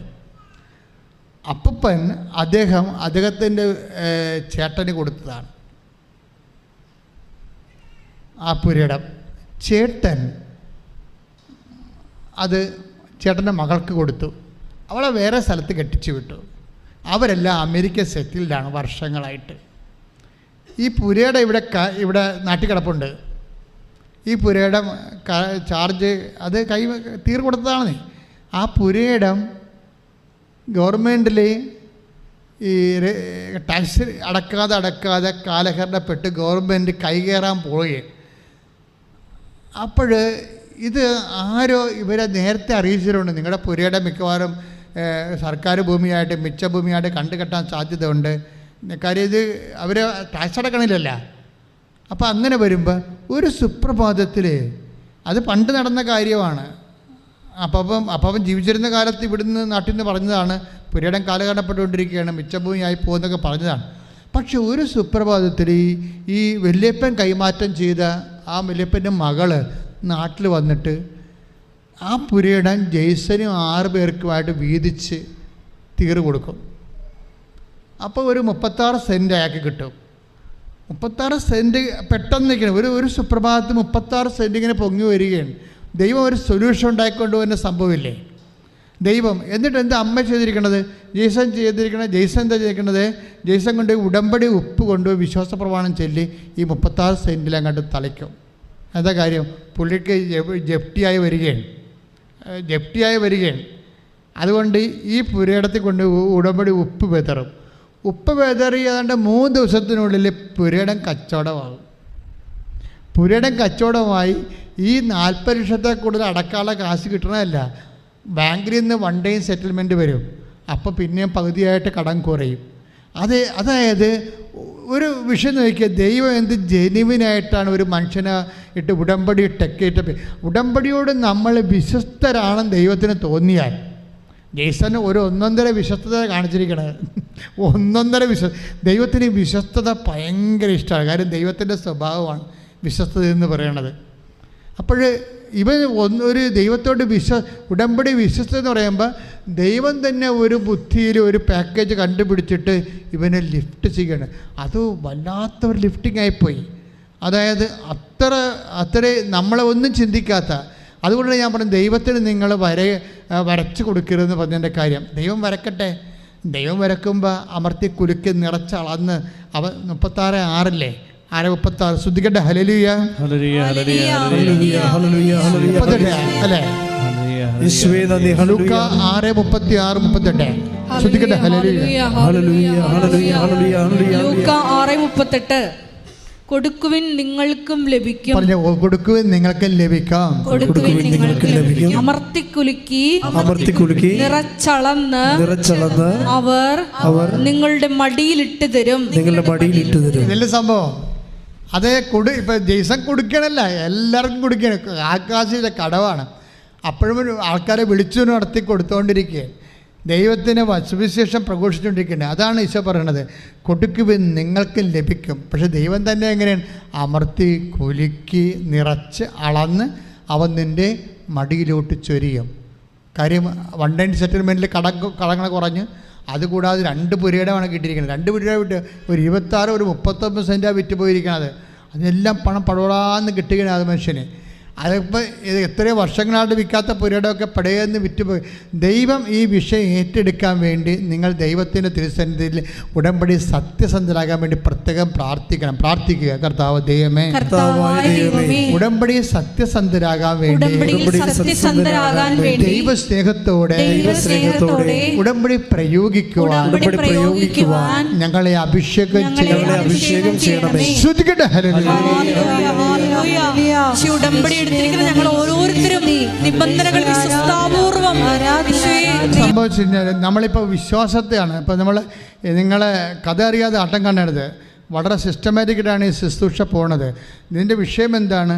എഫേസ്യസ് 2:8 എന്താണ്? വിശ്വാസം വഴി പറഞ്ഞേ, കൃപയാലാണ് നമ്മൾ രക്ഷിക്കപ്പെട്ടത്. അത് നമ്മുടെ അധ്വാനത്തിന്റെ ഫലമല്ല, ദൈവത്തിന്റെ ദാനമാണ്. അപ്പൊ വിശ്വാസം വഴിയാണ് നമുക്ക് ദാനം ലഭിക്കുക എന്ന് നമുക്ക് കണ്ടത്. അപ്പൊ വിശ്വാസം വഴി ദാനം എങ്ങനെയാണ് ലഭിക്കണമെന്നാണ് നമ്മൾ പിന്നെ കണ്ടത്.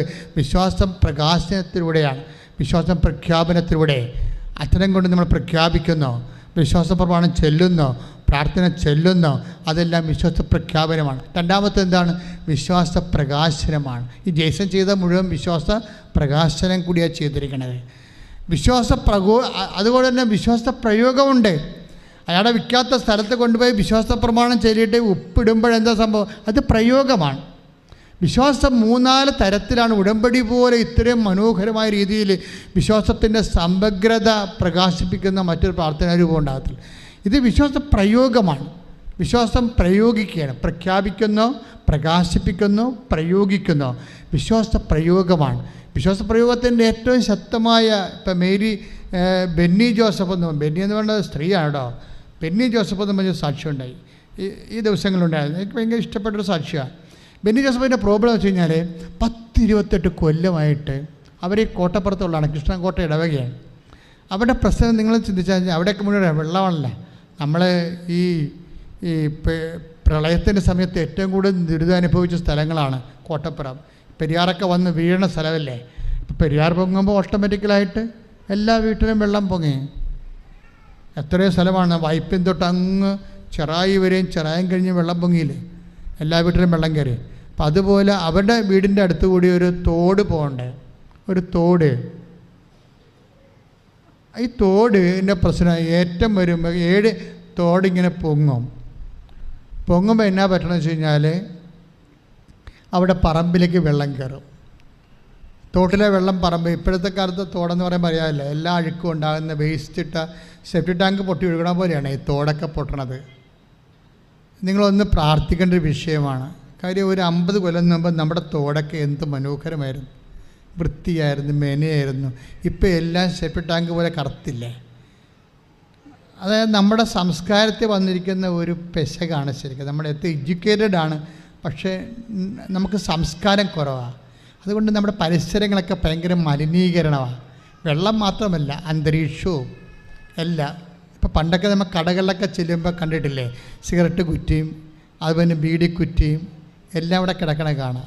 സിഗരറ്റ് കുറ്റി, ആൾക്കാർ മുറുക്കാൻ തുപ്പണ.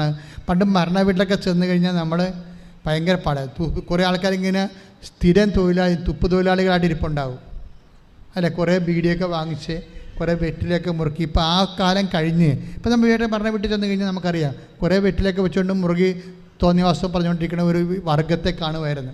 നമ്മുടെ അപ്പൂപ്പന്മാരാണ്, അവരൊക്കെ മരിച്ചുപോയി.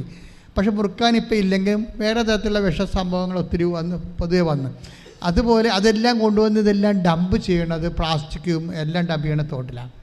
ഈ തോട് പൊങ്ങിയിട്ട് സെപ്റ്റിക് ടാങ്ക് പൊങ്ങിയ പോലെയുള്ള അവസ്ഥയാണ്. ഇവിടെ വീട്ടിൽ കയറിയ വെള്ളം, മഴ പെയ്ത വെള്ളം വീട്ടിൽ കയറും, പിന്നെ ജീവിക്കാൻ പറ്റത്തില്ല. 10-20 കൊല്ലമായി ഇതാ ഇവർ കെട്ടിവന്ന കാലം മുതൽ അനുഭവിക്കണതാണ്. ഇവർ വിശ്വാസം പ്രയോഗിക്കണ ഈ ബെന്നി ജോസഫ് വിശ്വാസം പ്രയോഗിക്കണ ഇവർക്കെന്താ ഇനി ഒരു മാർഗമില്ല. ഇത് അവരൊരു പ്രൈവറ്റ് തോടാണ്. പഞ്ചായത്തിൽ കൊണ്ട് അപേക്ഷ വെക്കുമ്പോൾ അവർ പറയും ഇത് ഞങ്ങൾക്കൊന്നും ഇതിൻ്റെ അത് ചെയ്യാനില്ല, ഇത് ഒരു ജന്മിയുടേതാണ്, പ്രൈവറ്റ് തോടാണെന്ന് പറയും. പിന്നെ എന്ത് ചെയ്യാൻ, സഹിക്കാതെ ഇരിക്കാൻ പറ്റും. നിങ്ങളവിടെ നിന്ന് വിറ്റിട്ട് പോകാൻ നോക്കാൻ പറയും. അതൊക്കെയാണ് മനുഷ്യമായിട്ടുള്ള പരിഹാരം, അതാണ് അവർ പറയണത്. പക്ഷേ ദൈവത്തിൻ്റെ പരിഹാരങ്ങൾ കേൾക്കണ രസമാണ്. ഉടമ്പടി ചെയ്യുമ്പോൾ എന്താ സംഭവിക്കണത്? ഉടമ്പടി ചെയ്യുമ്പോൾ ബെന്നി ജോസഫ് എന്താ ചെയ്യണത്? അമ്മേ, ഞാൻ കെട്ടിവന്ന കാലം തൊട്ട് ഈ സെപ്റ്റിക് ടാങ്ക് പൊങ്ങി വന്ന് തോട് മുഴുവൻ പൊങ്ങി എൻ്റെ വീട്ടിൽ കയറിയിട്ട് എൻ്റെ മക്കൾ വളമൊക്കെ കടിച്ച് വല്ലാത്ത പ്രാകൃതം പിടിച്ച ജീവിതമാണ്. ഞങ്ങളീ നരകത്തിൽ നിന്ന് രക്ഷിക്കാൻ പറ്റണേ. അതാണ് ഉടമ്പടി. ഇത് ഉടമ്പടി ചെയ്തിട്ട് ഇവരെന്താ ചെയ്യണത്? ഈ ഉപ്പ് വാങ്ങിച്ച് വിശ്വാസ പ്രമാണം. ഞാൻ ഉടമ്പടി വിശ്വാസ പ്രയോഗത്തെക്കുറിച്ചാണ് പറയണത്. നിങ്ങളവർക്ക് എന്താ ഉടമ്പടി എന്താ ഉപ്പാണ്, ഇത് എന്നാ കൂടോത്രമൊന്നുമല്ല. അത് വിശ്വാസത്തിൻ്റെ പ്രയോഗമാണ്. പ്രഖ്യാപനമുണ്ട്, പ്രകാശനമുണ്ട്, പ്രയോഗമുണ്ട്. ബെന്നി ജോസഫിൻ്റെ അത് പ്രയോഗമാണ്. ആ പ്രയോഗം ഈ ഉപ്പ് കൊണ്ടുപോയി ഇവർ വിശ്വാസ പ്രമാണം ചെല്ലിയിട്ട് ആദ്യം പ്രഖ്യാപിക്കും, ഈ തോട്ടിലോട്ടിടും. തോട്ടിടുമ്പോൾ നിങ്ങളവർക്കും തോടറിനെ പറ്റുമെന്ന്. അങ്ങനെയില്ല. എന്താ സംഭവിച്ചു കഴിഞ്ഞാലും 2 ദിവസം കഴിഞ്ഞപ്പോൾ പഞ്ചായത്തിൽ നിന്ന് വിളിക്കുക. പഞ്ചായത്ത് എന്ന് വെച്ചാൽ എന്താ അവർ പറയണത്, ഇന്നത്തെ പഞ്ചായത്ത് കമ്മിറ്റി നിങ്ങളുടെ വിഷയമാണ് ഡിസ്കസ് ചെയ്തത്, നിങ്ങളെ രക്ഷിക്കാൻ പറ്റുമോ എന്ന് ഞങ്ങളൊന്ന് ആലോചിക്കുകയായിരുന്നു. അപ്പോൾ ഒരു 5 ലക്ഷം രൂപ നിങ്ങളെ രക്ഷിക്കാൻ വേണ്ടി ഞങ്ങൾ നീക്കി വച്ചിട്ടുണ്ട്. പക്ഷേ 5 ലക്ഷം കൊണ്ട് നിങ്ങളുടെ വിഷയം പരിഹരിക്കപ്പെടത്തില്ല. അപ്പം ഞങ്ങൾ ബ്ലോക്കിൽ അതിനു വേണ്ടി വേറെ ഒരു അപേക്ഷ വെച്ചിട്ടുണ്ട്. പഞ്ചായത്തിൻ്റെ അപേക്ഷ ബ്ലോക്കിൽ വെച്ച്. അപ്പോൾ അടുത്ത ആഴ്ച പറഞ്ഞ് ബ്ലോക്കിൽ നിന്ന് 5 ലക്ഷം രൂപ അനുവദിച്ചെന്ന് പറഞ്ഞു. നോക്കിയേ, ഒരു കഥ പണ പോക്ക് കണ്ടില്ലേ? ഒരു ഉപ്പെറിഞ്ഞ സംഭവമാണ്. അതെങ്ങനെ വർക്കൗട്ട് ചെയ്യണം നിങ്ങൾ ചിന്തിക്കണം. വിശ്വാസത്തിൻ്റെ പ്രയോഗമാണ്. കർത്താവ് എല്ലാ അധികാര സ്ഥാനങ്ങളെയും ചലിപ്പിക്കും. വിശ്വാസം പ്രഖ്യാപിക്കുന്നതിന് മുമ്പിൽ അധികാര സ്ഥാനങ്ങൾ ഞെട്ടി പറക്കണ പോലെയുള്ള ഒരു വിറക്കലാണ്. ഇളകുകയില്ലമേ. ഇവർക്ക് 10 ലക്ഷം രൂപ അനുവദിക്കും. എന്തിനാണെന്നറിയാമോ? ഇവരുടെ ഈ ഒഴുക്ക് ഈ തോട്ടിൽ നിന്ന് വേറെ സ്ഥലത്തേക്കൊരു കാണ കിട്ടും 10 ലക്ഷം രൂപയ്ക്ക്. അതോടുകൂടി തോട് പറ്റിപ്പോവും. ക്ലിയർ, തീർന്ന്, പ്രശ്നം തീർന്നു. സിമ്പിൾ. 20 കൊല്ലമായിട്ടുള്ള പ്രശ്നമാണ്. വിശ്വാസം അതായത് എത്രയോ പേര് ഉടമ്പടി എടുക്കുന്നു. പക്ഷേ ഞങ്ങൾ എന്തുകൊണ്ടാണ് വളരെ ഉടമ്പടിയുടെ തനത് സാക്ഷ്യങ്ങളെ ഇവിടെ ഇടത്തുള്ളൂ? അതിൻ്റെ കാര്യം വെച്ച് കഴിഞ്ഞാൽ അത് പ്രയോഗിക്കുന്നതിന് അതിൻ്റെ മാസ്റ്റർ ബ്രെയിൻ, മാസ്റ്റർ ഫെയ്ത്ത് വേണം. കാര്യം നമുക്കറിയാമല്ലോ, വിശ്വാസം പോലെ തന്നെ അത് ഒറ്റകൈയാണ്, ഒറ്റകൈ പ്രയോഗമാണ്. കാര്യം വേറെ ഒരു മാർഗം അവരുടെ മനസ്സിലില്ല, ചിന്തയിലുമില്ല. 20 കൊല്ലം അനുഭവിക്കുന്നതാണ്. ദൈവം അവരെ വീണ്ടെടുക്കുന്ന രീതി. പ്രാർത്ഥിക്കുക, കർത്താവായ ദൈവമേ, ഇതുപോലുള്ള വിശ്വാസ പ്രയോഗങ്ങളാൽ ഞങ്ങളെ ഓരോരുത്തരെയും ഓൺലൈൻ ധ്യാനം കേൾക്കുന്നവരെയും നീ പ്രത്യേകമായി അഭിഷേകം ചെയ്യണമേ. എല്ലാവർക്കും ഉടമ്പടി അടയാളം നൽകണമേ. ശ്രദ്ധിക്കട്ടെ.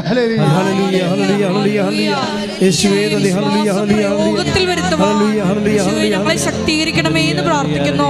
Hallelujah, hallelujah. മഹത്വം, മഹത്വം, ആരാധന, ആരാധന, സ്തുതിയും പുകഴ്ചയും ഉണ്ടായിരിക്കട്ടെ. സന്തോഷത്തിലിരിക്കുക എൻ്റെ പ്രിയപ്പെട്ടവരെ. നമ്മൾ ഉപ്പൊക്കെ വിതറുക, പ്രാർത്ഥിക്കുക എന്നൊക്കെ പറയുമ്പോൾ നിങ്ങളവർക്കും അതൊക്കെ എന്തോ ഈ വേറെ മന്ത്രതന്ത്രങ്ങളും കൂടുതലൊക്കെ ചെയ്യുന്ന ആൾക്കാർ ചെയ്യണമല്ലേ നിങ്ങൾക്ക്? അതായത് അത് അവരുടെ വിഷയം വേറെ, അതൊന്നുമല്ല നമ്മുടെ വിഷയം. ബൈബിൾ ഉടമ്പടിയുമായിട്ട് ഉപ്പ് എങ്ങനെയാണ് പ്രധാനപ്പെട്ടത്? നമ്മൾ ഉടമ്പടിയിൽ കിട്ടുന്ന ഒരു സംഭവമാണ് ഉപ്പ്, വെഞ്ചരിച്ച ഉപ്പ്. അതിൻ്റെ പ്രയോഗമാണ് ഈ പറഞ്ഞുകൊണ്ടിരിക്കുന്നത്. എന്തുകൊണ്ടാണ് ഇതിന് പ്രാധാന്യം? ഉടമ്പടിയുടെ അടയാളമാണ് ബൈബിളിൽ ഉപ്പെന്ന് പറയണത്. ഉടമ്പടി ഇല്ലാത്ത ഒരു നേർച്ച വസ്തുവും ഞങ്ങൾ നിങ്ങൾക്ക് തന്നിട്ടില്ല. തേനൊന്നും ഉടമ്പടിയിലില്ല, അത് നിങ്ങൾ ഉടമ്പടി ഭാഗമായിട്ട് നിങ്ങൾക്ക് തരണില്ല. പക്ഷേ ഉപ്പ് ഉടമ്പടിയുടെ ഭാഗമാണ്. അത് ഉടമ്പടി ചെയ്തതിൻ്റെ അടയാളമാണ് ഉപ്പ്. അത് നീക്കിക്കളയരുതെന്നാണ് ബൈബിൾ പറയണത്. ഒരു വസ്തു ഉടമ്പടിയുടെ ഭാഗമാണെങ്കിൽ അതിൻ്റെ ഉപ്പ് തളിക്കപ്പെടണം. അതുകൊണ്ടാണ് ഉടമ്പടിയുടെ ഉപ്പ് നീക്കിക്കളയരുതെന്ന് ബൈബിൾ കർശനമായിട്ട് പറയണത്. ഇപ്പം ലെവയ പുസ്തകമില്ലേ, ലെവയ 2:13 എടുത്ത് ശ്രദ്ധിക്കട്ടെ. ഹല്ലേലൂയ.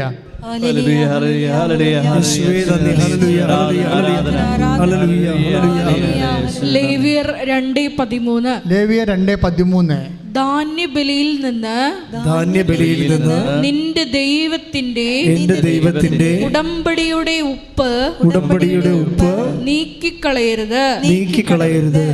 എല്ലാ ധാന്യബലിയോടും കൂടെ ഉപ്പ് സമർപ്പിക്കണം. അപ്പോൾ ദൈവത്തിന് അർപ്പിക്കുന്ന ആ ഉടമ്പടിയിൽ അത് ദൈവത്തിൻ്റെതാണെന്ന് മുദ്ര ചാർത്തുന്ന അടയാളപ്പെടുത്തുന്ന ഉപ്പാണ്. അപ്പം നമ്മൾ ആ ഉപ്പ് തന്നെയാണ് പ്രയോഗിക്കുന്നത്. അത് വിശ്വാസ പ്രമാണം ശരിയാണ് പ്രയോഗിക്കുന്നത്. കാര്യം എന്താണ്? എൻ്റെ ഉടമ്പടി പ്രകാരം എൻ്റെ മെരിട്ട് തീർന്നിരിക്കുകയാണ്. ഇനി നിൻ്റെ ഗ്രേസേ ഉള്ളൂ. എനിക്ക് നീയാണ് എൻ്റെ അവസാനത്തെ ആശ്രയം. അതുകൊണ്ട് ആ ഉടമ്പടിയെ അനുസ്മരിച്ചുകൊണ്ടാണ്, വിശ്വാസത്തെ പ്രഖ്യാപിച്ചുകൊണ്ടാണ്, അതാണ് വിശ്വാസ പ്രയോഗമെന്ന് പറയുന്നത്. വിശ്വാസം നമുക്ക് കൈമാറുന്നത് വിശ്വാസ പ്രകാശനമുണ്ട്, വിശ്വാസ പ്രഖ്യാപനമുണ്ട്, വിശ്വാസ പ്രയോഗമുണ്ട്. ആ ഉടമ്പടിയുടെ ഉപ്പ് അത് ദൈവത്തിൻ്റെ രീതി അനുസരിച്ച് ഉടമ്പടി എന്ന് പറയുമ്പോൾ നമ്മൾക്കാണ് ഈ 90 ദിവസം. അത് ഒബേദ് ഹെറോദിൻ്റെ വീട്ടിൽ ഉടമ്പടി ഇരുന്ന ദിവസവും അയാൾക്ക് അനുഗ്രഹം ലഭിച്ച 90 ദിവസമാണ്. പക്ഷേ ദൈവത്തെ സംബന്ധിച്ചിടത്തോളം ഉടമ്പടി അങ്ങനെ ഒരു 90 ദിവസം അങ്ങോട്ട് ഇല്ല. ശാശ്വതമാണ്. നീ ഇപ്പോൾ ഉടമ്പടി ഉഴപ്പിയാലും ശരി, ഉടമ്പടി വീണ് പോയാലും ശരി, നിൻ്റെ ഉടമ്പടി ദൈവത്തിൻ്റെ കയ്യിലുണ്ടാകും. അത് കാര്യം ദൈവത്തിന് മരണമില്ലല്ലോ. ഒരു ഇൻറ്റേറിയം പീരീഡിലായിട്ടല്ല ദൈവം ഉടമ്പടി എടുക്കുന്നത്. ഉടമ്പടി നിത്യമാണ്. അതുകൊണ്ട് നീ വിശ്വസ്തത കുറവ് കാണിച്ചാലും ദൈവം വിശ്വസ്തനായിരിക്കും. എന്താ കാര്യം വെച്ച് കഴിഞ്ഞാൽ ഉടമ്പടി ഒരു ശാശ്വതമായ ബന്ധമാണ്. ശ്രദ്ധിക്കട്ടെ. ഹല്ലേലൂയ. 2 ദിനവൃത്താന്തം 13:15. 2 ദിനവൃത്താന്തം 13:5. ശ്രദ്ധിക്കട്ടെ.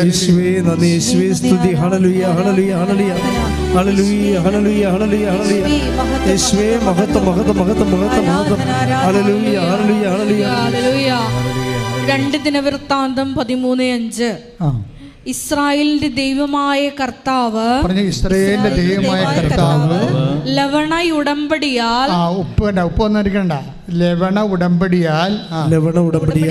ദാവീദിനും പുത്രന്മാർക്കും ഇസ്രായേലിന്റെ രാജ്യത്വം ശാശ്വതമായി നൽകിയിരിക്കുന്നത് നിങ്ങൾക്കറിഞ്ഞുകൂടെ. ലവണ ഉടമ്പടിയുടെ പ്രത്യേകത, ഉടമ്പടിയുടെ അടയാളമാണ് ഉപ്പ്. ആ ഉപ്പിൻ്റെ അർത്ഥം എന്ന് പറഞ്ഞാൽ എന്താണ്? ശാശ്വതമായ ബന്ധമാണെന്നാണ്.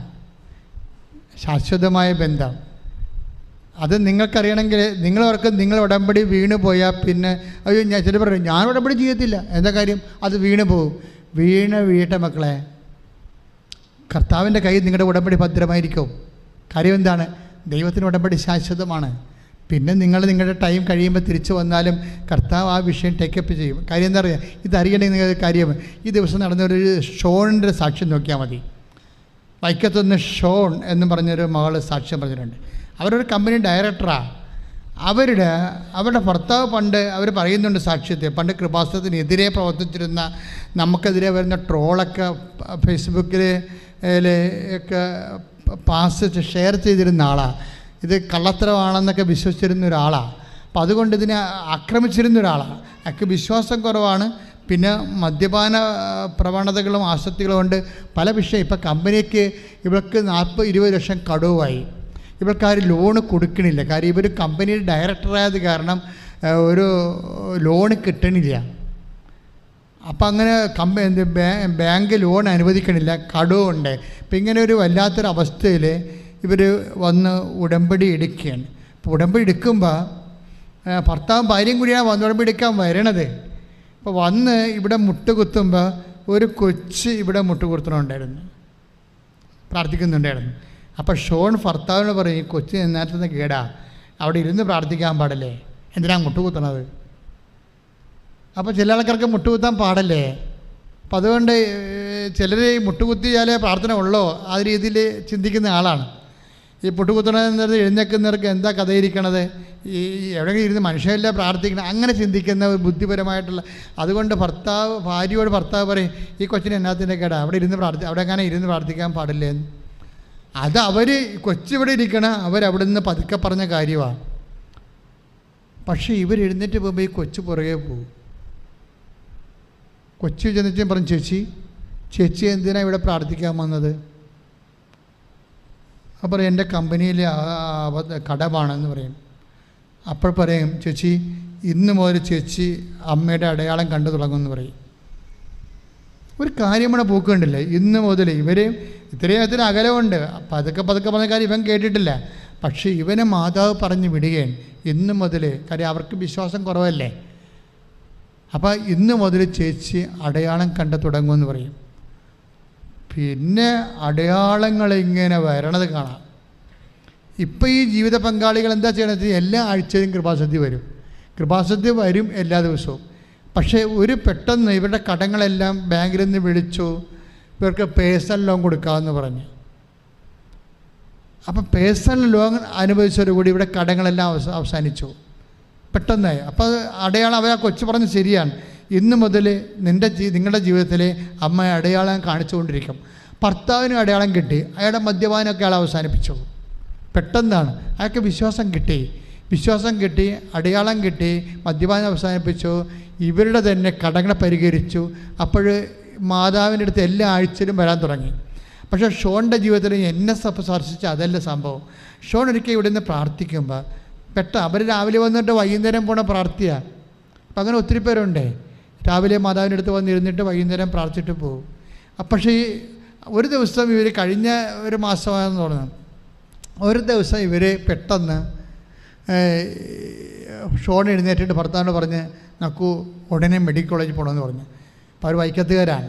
അപ്പോൾ ഭർത്താവ് പറഞ്ഞ്, എന്നാ മെഡിക്കൽ കോളേജ് വണ്ടാനത്ത് എന്തുമാത്രം ദൂരം ഉണ്ടെന്ന് നിനക്കറിയാവോ? 10-20 കിലോമീറ്ററേ ഉള്ളൂ. പക്ഷെ അവർ വൈക്കത്തുനിന്ന് ആയത് കാരണം അങ്ങോട്ടല്ലേ പിന്നെ പോകണം, പിന്നെ തിരിച്ചു വരണ്ടേ. അപ്പോൾ അത് പറ്റത്തില്ല, നമുക്ക് പോകണമെന്ന് പറയും. പിന്നെ ഇവർ രണ്ടുപേരും ഇങ്ങനെ കാറുള്ളവരാണ്. കാറിൽ കയറി അവർ എന്തിന് ഇവൾക്ക് പത്രം കൊടുക്കണം, അതാണ് മാതാവ് ഇവിടെ ഇരുന്നപ്പോൾ പത്രം കൊടുക്കാനും കാണിച്ചു. അപ്പം അങ്ങനെ പത്രം കൊടുക്കാൻ വേണ്ടി വണ്ടാനത്ത് മെഡിക്കൽ കോളേജിൽ പോവുകയാണ്. അവിടെ മെഡിക്കൽ കോളേജിൽ ചെന്നപ്പോൾ ഒരു ചേടത്തി അവിടെ ഇരിപ്പുണ്ട് വാതിക്ക്. കുറേ ആൾക്കാരൊക്കെ ഇവർക്ക് പത്രം കൊടുത്തും ചേടത്തിയെടുത്ത് വരുമ്പോൾ പത്രം കൊടുക്കുകയും ചേടത്തിക്ക് പത്രം കൊടുക്കുമ്പോൾ ഷോണി പത്രം കൊടുക്കുമ്പോൾ ചേടത്തിക്ക് വിറയും. ചേടത്തി പറയും, ഈ പത്രം ഞാൻ കുറേ വായിച്ചതാണ്, ഇതാണ് ഇപ്പോൾ എല്ലാവരും കൊണ്ടും തന്നതെന്ന് പറയും. അപ്പോൾ ഷോൺ ഉടമ്പടിയെക്കുറിച്ച് പറയും. അപ്പോൾ ആ ചേടത്തി പറയും, ഞാൻ അവിടെ ഉടമ്പടി എടുത്തതാണ് 1 കൊല്ലത്ത് മുമ്പ്, എനിക്ക് പുതുക്കാനൊന്നും ഒത്തില്ല എന്ന് പറയും. എൻ്റെ ഭർത്താവ് ആശുപത്രിയിലാണ്. അപ്പോൾ ഷോൺ ചോദിക്കും, എന്താ ഇവിടെ വന്നത്? ഭർത്താവ് ആശുപത്രിയിലാണെന്ന് പറയും. അപ്പോൾ എന്താ വെച്ച് കഴിഞ്ഞാൽ എന്താ സംഭവിച്ചതെന്ന് വെച്ചാൽ ഇവർ 1 കൊല്ലം 2 കൊല്ലം മുമ്പ് ഉടമ്പടി എടുത്ത പാർട്ടിയാണെങ്കിലും ഉടമ്പടി പുതുക്കാൻ അവർക്ക് കഴിഞ്ഞില്ലെങ്കിലും അവിടെ ക്ലേശങ്ങൾക്ക് അറുതിയൊന്നും ഇല്ലെങ്കിലും ഇവരെന്നാ ചെയ്തുകൊണ്ടിരിക്കുന്നത്? ഷോൺ നോക്കുമ്പോൾ ഈ പഴയ ആ 2 കൊല്ലം നമ്മളെ ഉടമ്പടി കാശിന് ഇവർ തിരുമ്മി വിശ്വാസ പ്രമാണം ചൊല്ലിക്കൊണ്ടിരിക്കുകയും ആ ഒരു കാഴ്ച നിങ്ങൾ ശ്രദ്ധിക്കണം. ഇവർ വിശ്വാസ പ്രമാണം ചൊല്ലി എന്താ കാര്യം വെച്ച് കഴിഞ്ഞാൽ ഇവർക്ക് ഈ ഭർത്താവിന് മരുന്ന് മേടിക്കാൻ 3 പ്രാവശ്യം മെഡിക്കൽ സ്റ്റോറിൽ നിന്ന് കടം കൊടുത്തതാണ്. ഇനി കൊടുക്കത്തില്ല, ഇനി അയാളവിടെ കിടക്കാൻ മാസങ്ങളായി, ഇനി കടം കൊടുക്കത്തില്ല. ഇനി കിട്ടണമെങ്കിൽ ഓണർ പറയണമെന്ന് പറഞ്ഞ് വിട്ടിരിക്കുകയാണ്. അപ്പോഴാണ് ഷോണിൻ്റെ അടുത്ത് ഇവർ ചോദിക്കുമ്പോഴാണ് ഈ വിഷയം അറിയണത്. പിന്നെ ഷോൺ പോയി ഇവരെയും കൂട്ടിക്കൊണ്ട് മെഡിക്കൽ സ്റ്റോറിൽ നിന്ന് ആവശ്യമായ എല്ലാ മരുന്നും വാങ്ങിച്ചു കൊടുക്കും, സാമ്പത്തികമായിട്ട് സഹായിക്കുകയും ചെയ്യും. പക്ഷെ അതല്ല, 2 കൊല്ലത്തിന് മുമ്പ് മുടങ്ങിപ്പോയൊരു ഉടമ്പടിയാണ്. പക്ഷേ ദൈവം അവർ ഉടമ്പടിനെ പുതുക്കിയിട്ടില്ല.